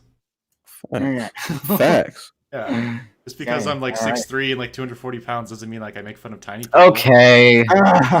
Okay, that's a weird brag. All right. Yeah, Flex. Weird flex, I'm bro. Yeah, okay, Linklet. and a giant. I've never heard Blanklet before. That's fucking awesome. God. Okay. Prime, All right. Prime. The show has derailed, sir. You're Oh, literally God. like a no That's what camera the show Andy. is. Go away. It's like Tom, Yeah. how come every time you hop on the panel, you just steal the show? Like, like- goddamn. I do. Maybe It's- it's the show. It's, normally, when I jumped on today, I was gonna say, should I go ahead and say something divisive, and you guys go ahead and start yelling at me now, or can we wait a couple hours for that? Or No, you know, don't what- do that. So, Don't do that, please. I don't like being mean to people for takes that aren't even theirs. That's bullshit. I hate that so much more than like people who have honestly bad takes. Tom is literally Googling divisive takes right now. I mean, we can So, talk about like Kyle Rittenhouse. Why would Tom need to Google device takes oh, when we have a yeah, literal oh, Kenny no. here, Chad? Think about it for 30 listen. seconds. Listen, Think that on camera or shut the fuck up and go away. For the sake of all those beautiful women in your Facebook pictures, stop Oh my- Googling divisive It's like- takes and start Googling where the No. clitoris is. Okay? It's very simple. Oh, man. Like, you just get it in the clitoris, like a fucking Google search result. They have diagrams. And so I just Wait, want is to. the Facebook like the binder full of women just wanna- like Mitt Romney? That's really good. I just want to put it out there that our good friend Titan is the only one, of course, who should be bragging about being tall. Titan being 6'10", was it? That's awesome. Yeah. Is that why you're overcompensating like with the camera being like this? He slouches like crazy. But I misused the term Can I Linklet just earlier. say, I'm like, sorry. really quickly, where rebels are, I don't know people's names, You get it right. but I really respect your background. I like your I don't. background. It's so bland. And you know what? Shut the fuck up. It's man. good. You need some decorations. Come on. You guys Or look maybe like some- you're in a dojo. Maybe the same one. Yeah. You're doing the Are you on like classic opposite together? sides of the same Oh, room? yeah, literally the opposite. Yeah, that's why we I- don't talk at the same time. I assume that Kenny just put those up to hide the communist flag behind him. So Hey, would hey, never- Tom. hide Oh that. damn! Oh damn! Oh my God! Kentucky Fried Comrade, folks! They figured out I'm a communist. Oh my Oh my God! god. A That's true communist will never hide the crazy. Hey, flag. get back to your bread line, buddy. Okay. okay. All right. Well, this is great. Okay, so joking. where's this conversation going? I'm joking. Communists are cool people. Yeah, communists are great. I have. Hey, don't Tom, know. you know I'm memeing, right? Like I'm not actually trying to give you a hard time. Like I just realized Yeah, chat might not have- No, but I do want to take anyway.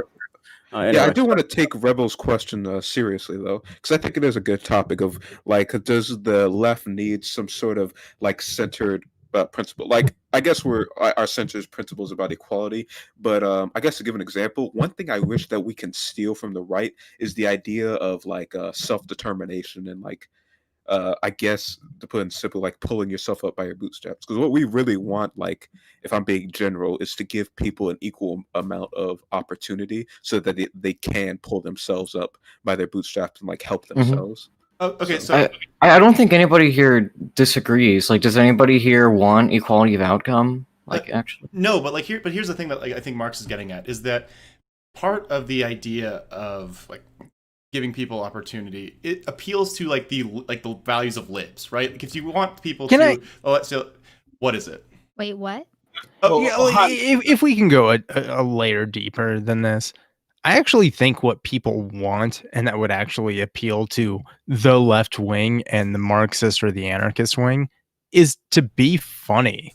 Like, be funny again. Stop trying to do all this bullshit where we think we're like one step ahead of everybody else. No, Fuck be you, funny. I'm hilarious. What the hell? No, no, you're not. Yeah, I mean, Sam Hyde has probably radicalized a lot of people. My cousin included. Like, I'm trying to pull him out, but Sam Hyde, it's like a very alt-right personality. Yeah. He does a lot of comedy, and he is funny, but his views are reprehensible. I was gonna ask like comedy or like Steven Crowder comedy. Like I think more actual like comedy. He had a TV show that was on I don't know what network it was on, but it was probably for a very little time because they made a very because he was a joke. He sucked. Yeah. I mean, I guess being entertaining, generally speaking, like attracts more people to your movement. But I feel like a lot of people are instantly turned off to the left is because they think it's like this lib movement to where everybody gets the same outcome and like nobody works and the government does everything for you. I feel like we need and we all have to be hyper like specific with each other about all these different things, and we got to be angry about all these different things. No, we don't. Wait, is that Wait, what are you talking about? Lib thing? I'm very No, I just meant I was being broad. Sorry, like a left thing. Like people who perceive the left, they perceive the left as like this movement that just wants the government to do everything for you, and like and nobody works hard for anything. Just free hand. Oh, I feel like people who just see the left as being that, just let them think what they want. Like talk to them like normal people if you want to, but I do not think that they're our greatest concern. I don't think that like when people are like entrenched in ideology, like things that like that's just a feeling that people have. If that's like their take, we don't have to prove anything to them. We just have to do the things, be real, do the right things, whatever you think that is towards the ultimate, positive outcome you wish to have. And I think people in general will see that. I don't think there needs to be like some totally. Yeah, well, I don't want to. I actually think Aiko is totally right, but like I think Aiko's right in the fundamentals, if that makes sense. But in terms of like some of the optical stuff that like people pretend to care about, because we get into 37 different debates every day about how like, oh, how should we actually present ourselves to other people? Like that's kind of the layer that I'm talking about things from. I think Aiko's right on the fundamentals. I mean and that's why like, that's people are why too I can get away. concerned. That's why I can get away with saying all this shit, despite how loud fucking Tom's shirt is. I like Tom's shirt though, to be honest. It's a good shirt. It is. It is. Yeah. It's a genuinely good shirt. To respond to what you said, Aiko, I think we discussed this like on that after panel about like our values. So like I generally want to convince many people as possible to the left, and you and I just have different values. So I don't want to go down that rabbit hole again. Yeah, or priorities. It's not like even values. It's like priorities. We have different jobs. Yeah, but to bring up another point, one thing that I could do, generally speaking, if we're not appealing to the people who think the left is in this ridiculous position, to appeal to the moderates more even, I think we could adopt more patriotism in our movement as well, because that just appeals to Americans as a whole, and it wouldn't be too extreme for us. I think that'd be a good addition to us. Yeah, that's a thing that, I mean, that's definitely a thing that some people do. I'd like to add to what Marx was saying a bit earlier. I'd like to tie this in with how people perceive the left, and I see a lot of people, especially online, saying that media figures like leftist streamers aren't doing real activism. And I think that's incorrect because of what you were talking about. I think it does help people's perception of the left change a little bit. Just like something kind of, on the same trail I'd like to throw in. Also, really, I just want to say it's hilarious though, because the people who are on Twitch and they like jump onto something, like how many times does someone jump onto the panel and be like, no one does any real activism? It's like, okay, maybe you don't, but you don't know what the fuck people are doing outside of like them being on Twitch. Like, okay, that we know about you now. That's entirely fair. I recently watched an entire video from Hansa Farkir where he literally says that people who are on YouTube or content creators aren't activists. I would have considered myself an activist before watching that YouTube video, but like he explains that none of us are activists because we're not out in the streets or anything. Depends. I have a very specific political question for Tom right now. Oh no. Oh my god. Is it about your balls? I have a very specific political question for Tom. Where'd you get that shirt, buddy? Anyway. Can I guess? H&M. Can H&M? It's a good shirt. I like it. Can I hop in here? Hans, were you going to say something? Yeah. So the difference, he saw it. I mostly review books on YouTube. I do like nonfiction and shit. But so one of the things I read recently was about how political hobbyism is something that a lot of people have gotten into recently, which is really cool. But the issue is that a lot of us, again, do just like we watch Twitch, like we watch our favorite streamer, then we don't do anything outside of that, or being like terminally on Twitter. And that's really frustrating because oftentimes building power inside institutions, especially local institutions, requires like active on the ground work. It's like if a single streamer can get 50 people and be the largest organizing like group inside of like fucking Georgia during like a Senate election where millions upon millions of dollars are being poured in, it means that we literally just don't have enough people, right? Like I had like my college campus had maybe like 4,000 people in it. The people who like actively canvassed for the Sanders campaign, like on and off campus, was maybe 10 people, right? So like you have a lot of people who are supposedly politically engaged, which is really cool. Like I'm happy that they know who to vote for. But if we want to get like say like less politically engaged people, or even the people who like say would vote if you told them but aren't like terminally online or terminally on Twitter, it's actually really important to be able to talk to them. And so like talking like going back to the other point about like how like do we get more people to like support these ideas, like to support these things, it's like we appeal inside the frameworks that were provided in. Like when you appeal to libs by saying like, oh hey, every lefty says like obviously we don't like equal outcomes, but saying equal opportunity appeals to a sense of like liberal fairness, like oh hey, we want a just world, we want a world where people who work hard can succeed, right? The sort of self-active. We want something better. Yeah. So it's never heard anyone say equality of outcome that wasn't like just saying that people want that, because I've never met anyone like propose that we have complete equality of outcome. Oh, I agree. I understand. No, none of us. None of us say that. Anybody that was before we get to I want to follow up this point very specifically. And feel free. I'm gonna filibuster until I can actually say this. I actually think. Hey, stop. Thanks. Thank you. Where rebels are. All right, go ahead. Okay, so to Hans' point, right? Not enough people. Okay, you're talking about your college campus, your small group, and then 10 people canvassing. And this is kind of the root or the stem of where my question was founded, was where is our collective church? Okay, because conservatives don't have to have that type of community effort because it's already baked in. They're already going on a weekly or monthly or holiday basis, and they're religious leaders. And I get the whole, we're supposed to be separate from church and state, but we're not, and we never have been.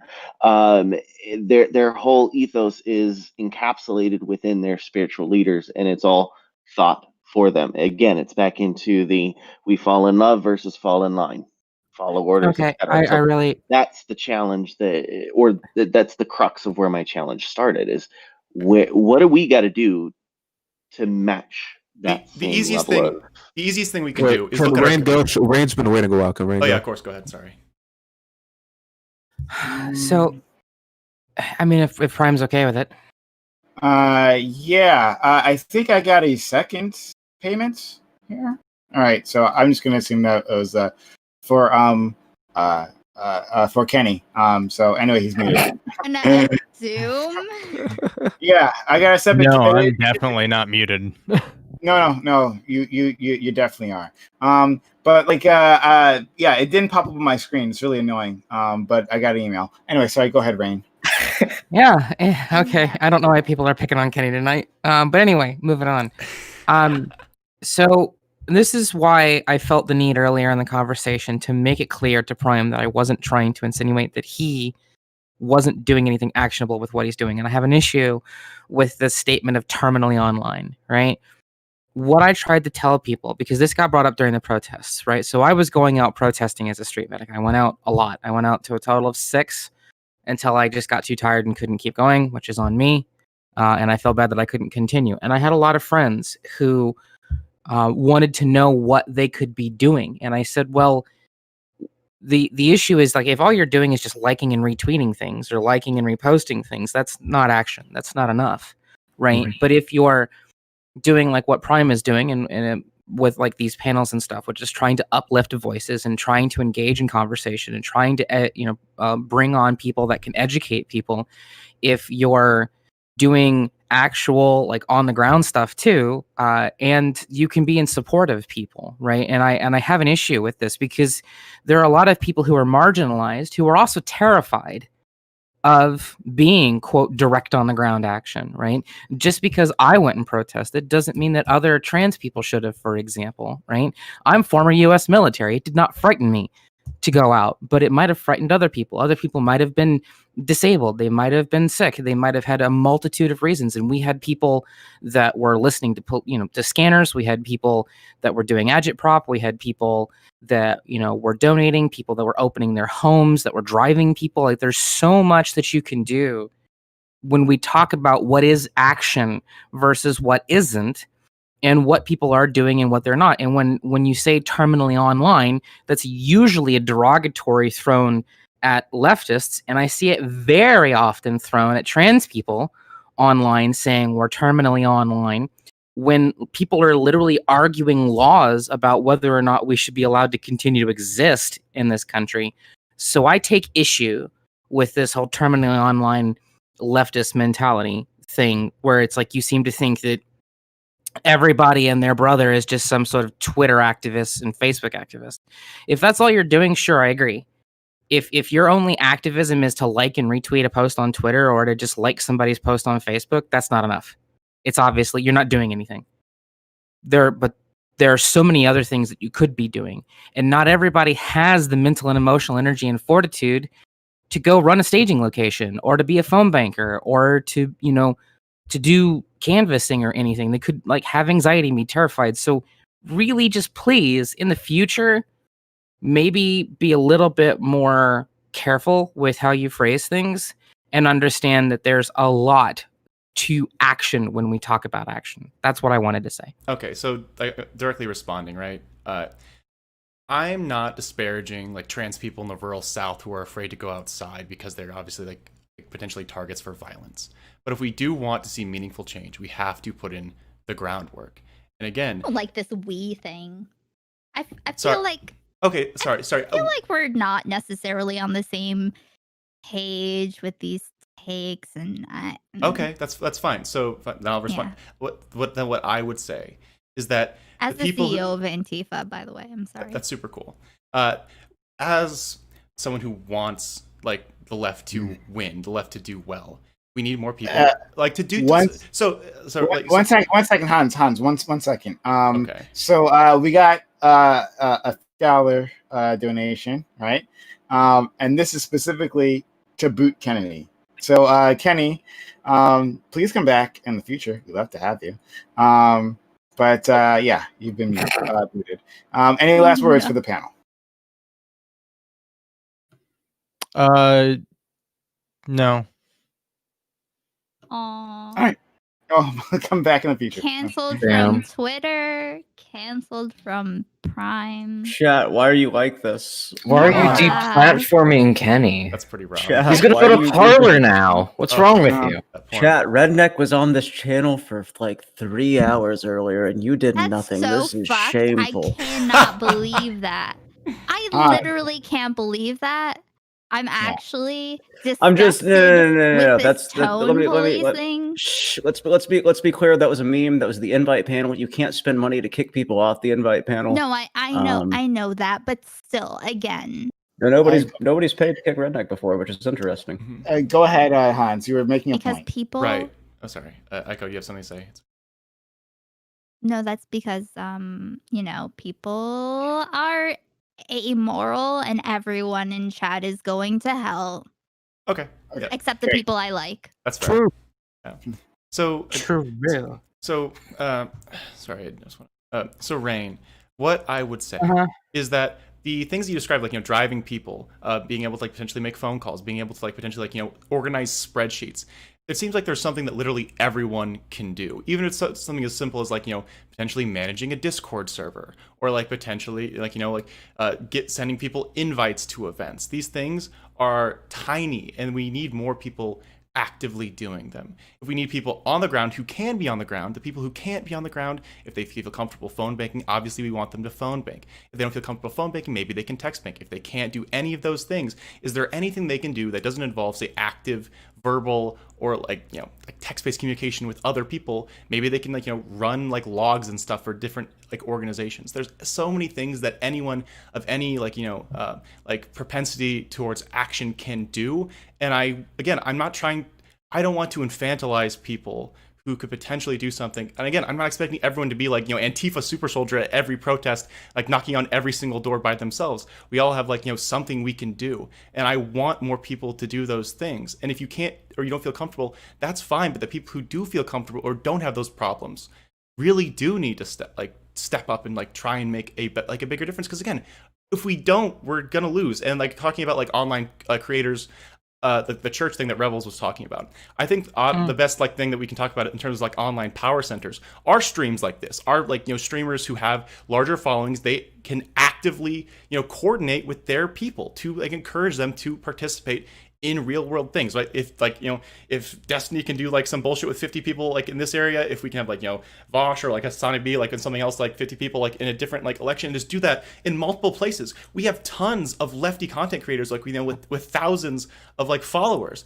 and if every single one of them can contribute the organization of 10 people to a movement in a state over here or a state over there, and we have this apparatus that we can start pushing to actively be meaningfully electorally successful, that's where our power center is. Because again, the left does struggle because we are more free thinking. We all have more moral axioms that we're more confident in dissociating with people who might slightly disagree with us, and we're totally okay with that. We don't fall in line because we're not good little foot soldiers like a lot of right wingers are, and that's fine because I think that makes us better people. But we have to realize that that is a weakness that we have to overcome structurally if we are going to be electorally viable and successful. And I refuse to believe that we cannot do that because we have if the Sanders movement is any indication, we have millions of people who care about this, who are willing to make put their time and money and energy on the line, and we have to continue that energy throughout multiple electoral cycles. We've lost. It fucking sucked. Everyone was really mad. What we have is millions of cisgender heteronormative white people who pretend to care. That's what we have. Okay, then we're just gonna lose. How black-pilled are you? Do you? What do you suggest? Are you really saying that to somebody that's fucking indigenous right now? Someone else is white tonight. I'm Tom, you're not the white one tonight. That's fine. Because I could see how this conversation go asinine and split hairs. I don't think you guys actually disagree. I think Rain, by bringing up the cishet white thing, is that cishet white men also are Twitter lefties, and they do nothing but virtue signal about how much they care about. They do nothing of any actionable worth whatsoever. Yeah, it's nice to see. Oh, sorry. Go ahead. Finish your point. Yeah. God, you guys turn me into centrist all the fucking time. But yeah, I think there's people of any demographic who are able to do any like volunteer work or anything extra that should probably get off their ass and contribute to the leftist movement to actually make people better. I don't think it really has to do, or it shouldn't do with demographics. I think that we should generally encourage people who are able, no matter who they are, to contribute to their beliefs, especially leftists. Stand by my statement. Yeah, I just want to say, hello to Vera. I haven't seen you in quite a while, Vera. How are you? I'm doing all right. I've been fairly busy with other things, but I'm still hanging around the panel space and doing interviews and things. Oh, okay, great. Yeah. He's here to take over for Kenny. As if. Well, thank you so much for being here. Is there something you want to add? I'm still catching up on the conversation. Gotcha. All right, well, then anyone can take it. I think the point is I stand by my more people who And- are currently sorry, Echo, going go out ahead. and advocating it. I think the point is that more people who are currently going out and advocating for these things, like more can go out and do it. And I think that that's what all Hans is saying is that there may be people who aren't able to, but more can. Yeah, and even if it's just like the cis white boys, right? Like, I want all of them to start fucking doing something besides like posting on Twitter, right? Because they obviously have like a lot less like barriers in front of them, and they should feel a lot safer like walking down the street and all that sort of shit. So I want them knocking on doors if possible, right? I prefer them if you can. I'm not saying everyone has to. Do you think that is?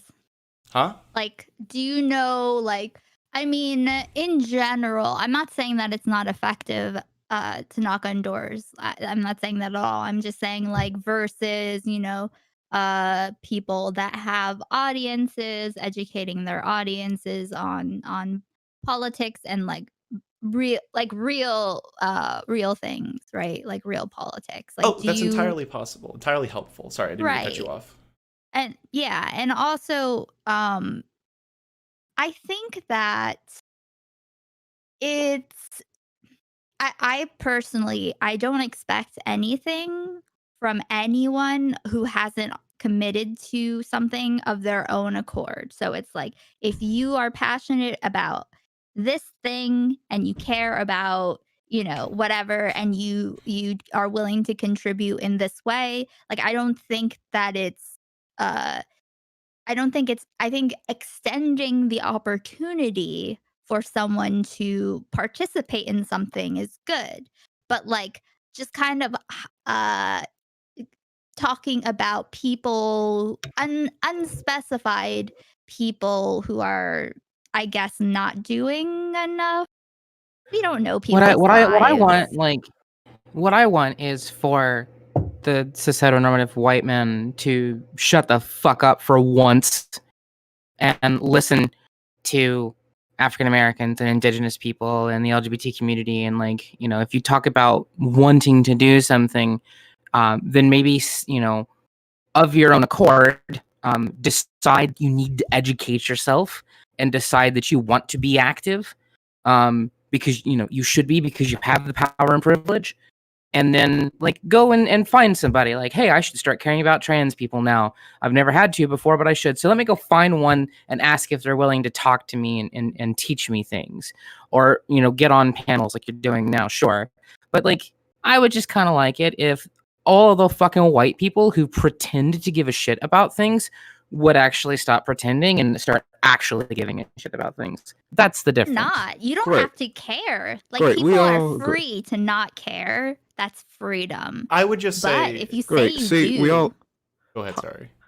No, I was just saying, yes, we all agree here, right? Hans, please, Hans. We all agree here. I'm not trying to start something. I'm specifically responding to Aiko. I'm not gonna start any more shit. So, Aiko, I'm not saying that every streamer has to hold a gun to their audience's head and say you have to do this. But I want the people with the largest reach, with the biggest platforms, I want them to take some level of responsibility in the sense of using it to the greatest effect, right? If every streamer with above 10K subs or followers was able to maybe organize 10 people for various events or various elections that could really make meaningful differences in people's lives, that would be super cool. And again, I'm not asking every person to be the Antifa super soldier. I'm asking like the biggest people with the largest reach to make the difference, and then the individual people who feel comfortable doing those things to do those things, whatever you're comfortable with, whether it's something big, whether it's something small. If it's actually absolutely nothing except for being online, I get it, that's fine.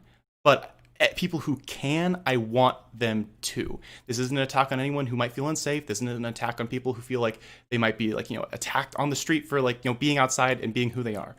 Obviously, the people who are safe to be outside are the ones who should be doing the most like aggressive advocating, because they can do that without fear of being attacked, right?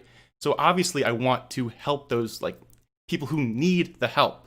And I understand that as like a cis white man, that yes, it is easy. I can count like on one hand like how many times I felt physically unsafe in my life. So it's very easy for me to do that and be confident going out and doing that. I want more people who feel safe to be able to go do that. I'm not asking someone who's terrified for their life to like walk down the street in the rural South where there's like the KKK rally like 2 streets over. That sounds fucking ridiculous. And I apologize if anyone interpreted what I said as that. I want the people who can do things to do them. What I'm specifically referring to when I was talking about activism versus like slacktivism or like terminally online stuff, again, I'm not using it like specifically derogatorily. There was like several studies like by the author of the book. It was called like political hobbyism.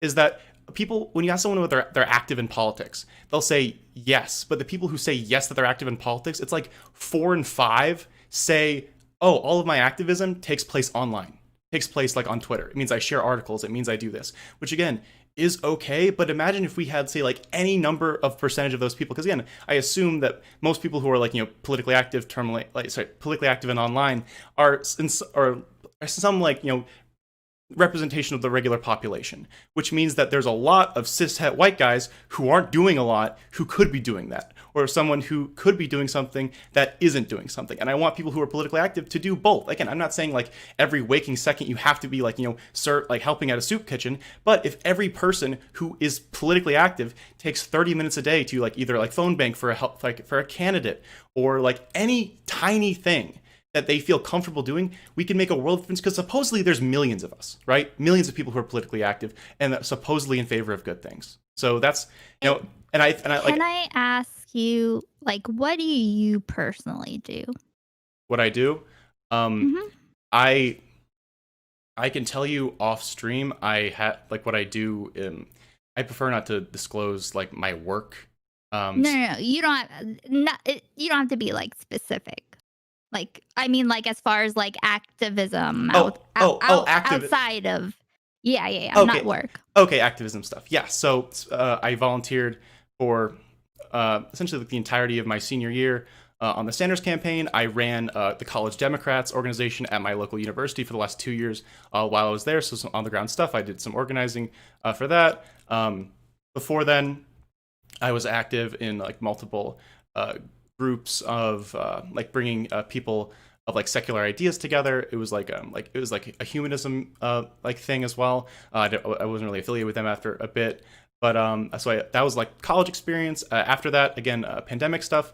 I have family members who I potentially see or potentially I have to like interact with who are immunocompromised. Like my sister-in-law is like she'll die if you sneeze on her. And so I have like in terms of like the Biden thing, I started I started my YouTube channel as one thing, but I also like did phone banking and stuff for the Biden campaign. I did all those sorts of like conversations. I talked to like every member of my personal family who I thought was gettable and tried to encourage them to say like, hey, if you like are like an American, like these are your values, can you please vote for Biden over Trump in certain areas? I talked to people who say like who thought potentially about voting like Democratic down ballot, or just voting for Joe Biden, voting Republican down ballot. I constantly try to talk to those types of people, and because of specific like things for my work, I was like ordered not to participate in like certain like BLM protests. I did my best in terms of like I donated money, I donated some time, like I did everything I could in that respect. Again, and that's not a lot. I'm not like saying that I'm like some sort of like God's gift, right? But I think I did like a reasonable amount of effort, and I wish more people who have the time, energy, and resources could do something equivalent to that. Again, I'm not saying like every person has to like be the CEO of Antifa. I'm saying maybe people who can donate should donate. People who can do activism should do activism. And again, I'm not disparaging any person who only wants to be online. I get it. If you like politics and this is like just your brand, this is how you enjoy yourself and have fun, I'm not going to try and take that away from you and say that you have to do the unfun stuff. Because activism, it's like being on the ground, whether it's like, protesting or whether it's knocking on doors, well, sometimes that isn't fun, right? Like it's dangerous. And do you consider mutual aid to be a part of this activism? When you can you define mutual aid a little bit more for me? That can mean any number of like.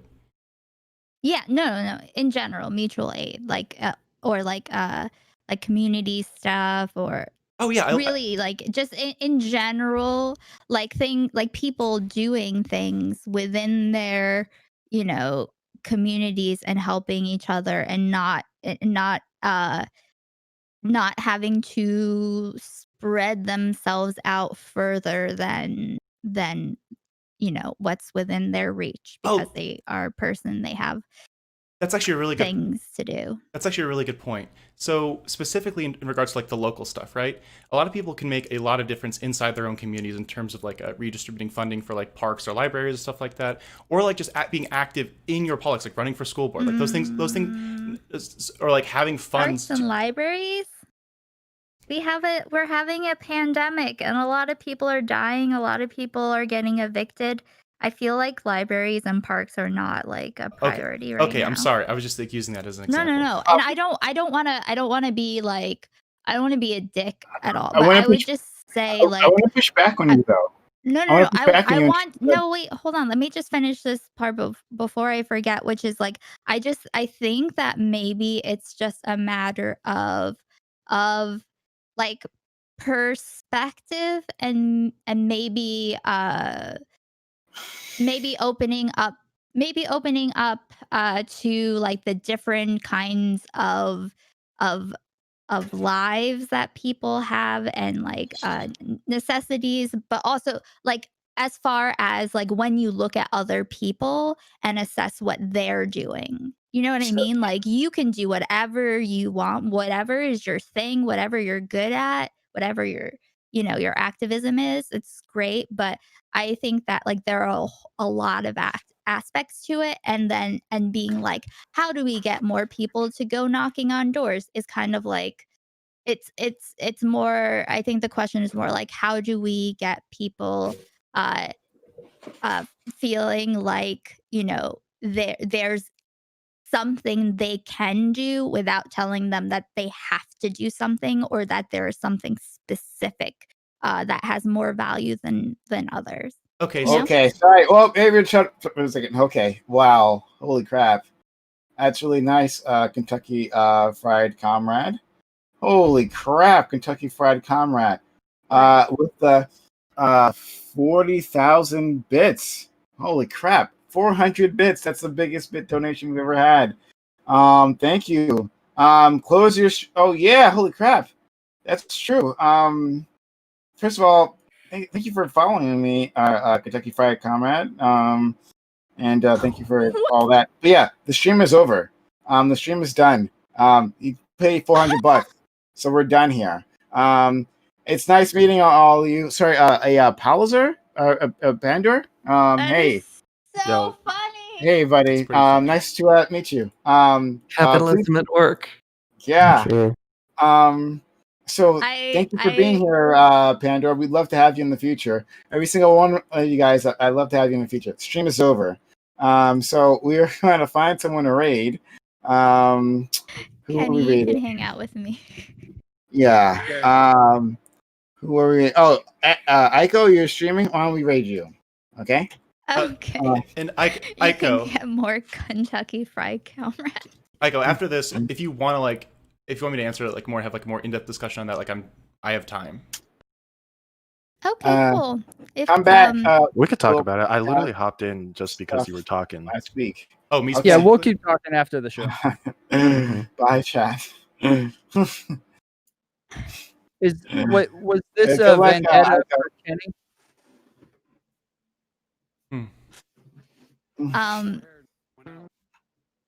Thank you for this surprise raid. I'm shocked.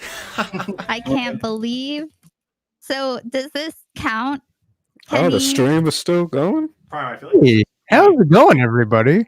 Hey. Like cheating the Hello. spirit of the donation because it's like So- half stream still. Well, there's really easy, like Yeah, because you're just carrying the panel over. Just easy solution to make you all shut the fuck up. And after like literally removing me from the conversation, I was like, yeah, you know what? I can do that. Oh, okay. Well Okay. It was I was thinking like maybe I should do that more often. It was a Yeah, big dick right. move, man. It was a big dick move. So thank you for that. Holy crap! No one's ever donated that much. Very. Aiko, can you do me a favor? Yeah. Aiko, Yeah. after all that, can we actually move this chat to your Discord?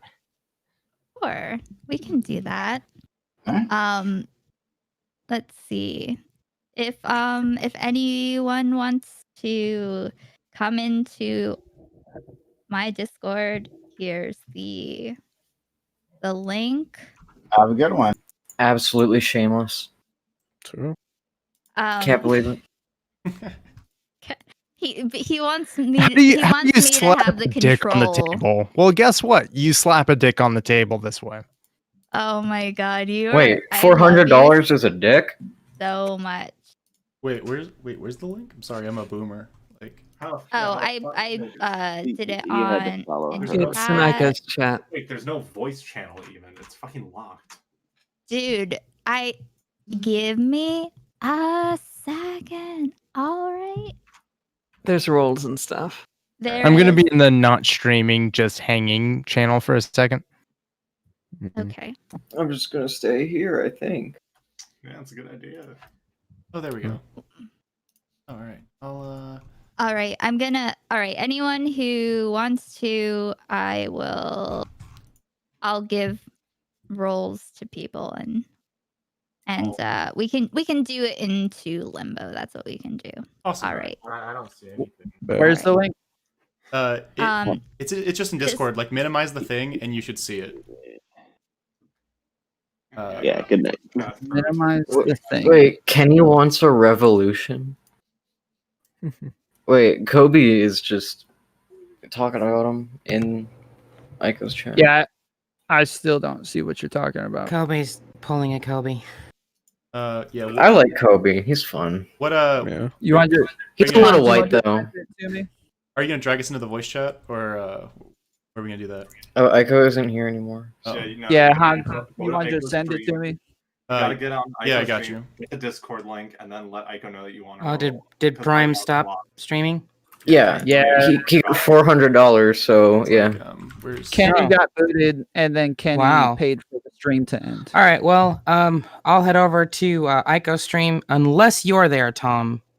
Then I won't be there. Do you want? Because Do you not you're want me to shit. go? Anyway. If you don't want me to go, I won't go. Tom, you should go. You should go. Yeah. Yeah. I feel as though I feel as though this is a trap. Somebody sent me something it's saying not. that they were Listen. talking. Okay, They you said that want- they were talking about being dicks, but I'm all game for dicks. I don't even know why people fucking hate you, okay? But all I know is that Lady Raincloud makes every single conversation just so much more unpleasant and unwelcoming to literally everyone, okay? That's an Yes. whole take. And Yes. honestly, is anyone streaming? All right, you want to hear No. a take that you didn't hear from me? I'm currently streaming. I'm sorry. Like, I didn't. Oh, okay. all right. I'm streaming as well. I'm also streaming. Yeah. Mute everything. Mute every. Oh, god damn it! 1 second. Just. I will Like, stand by here, the I'll let me just end my stream. Like, make sure you follow me. I'm almost to 100. I'm really excited. I'm not really. I just started like doing stuff on Twitch, so. But Even more shameless. Wow. yeah. All right. And Hans,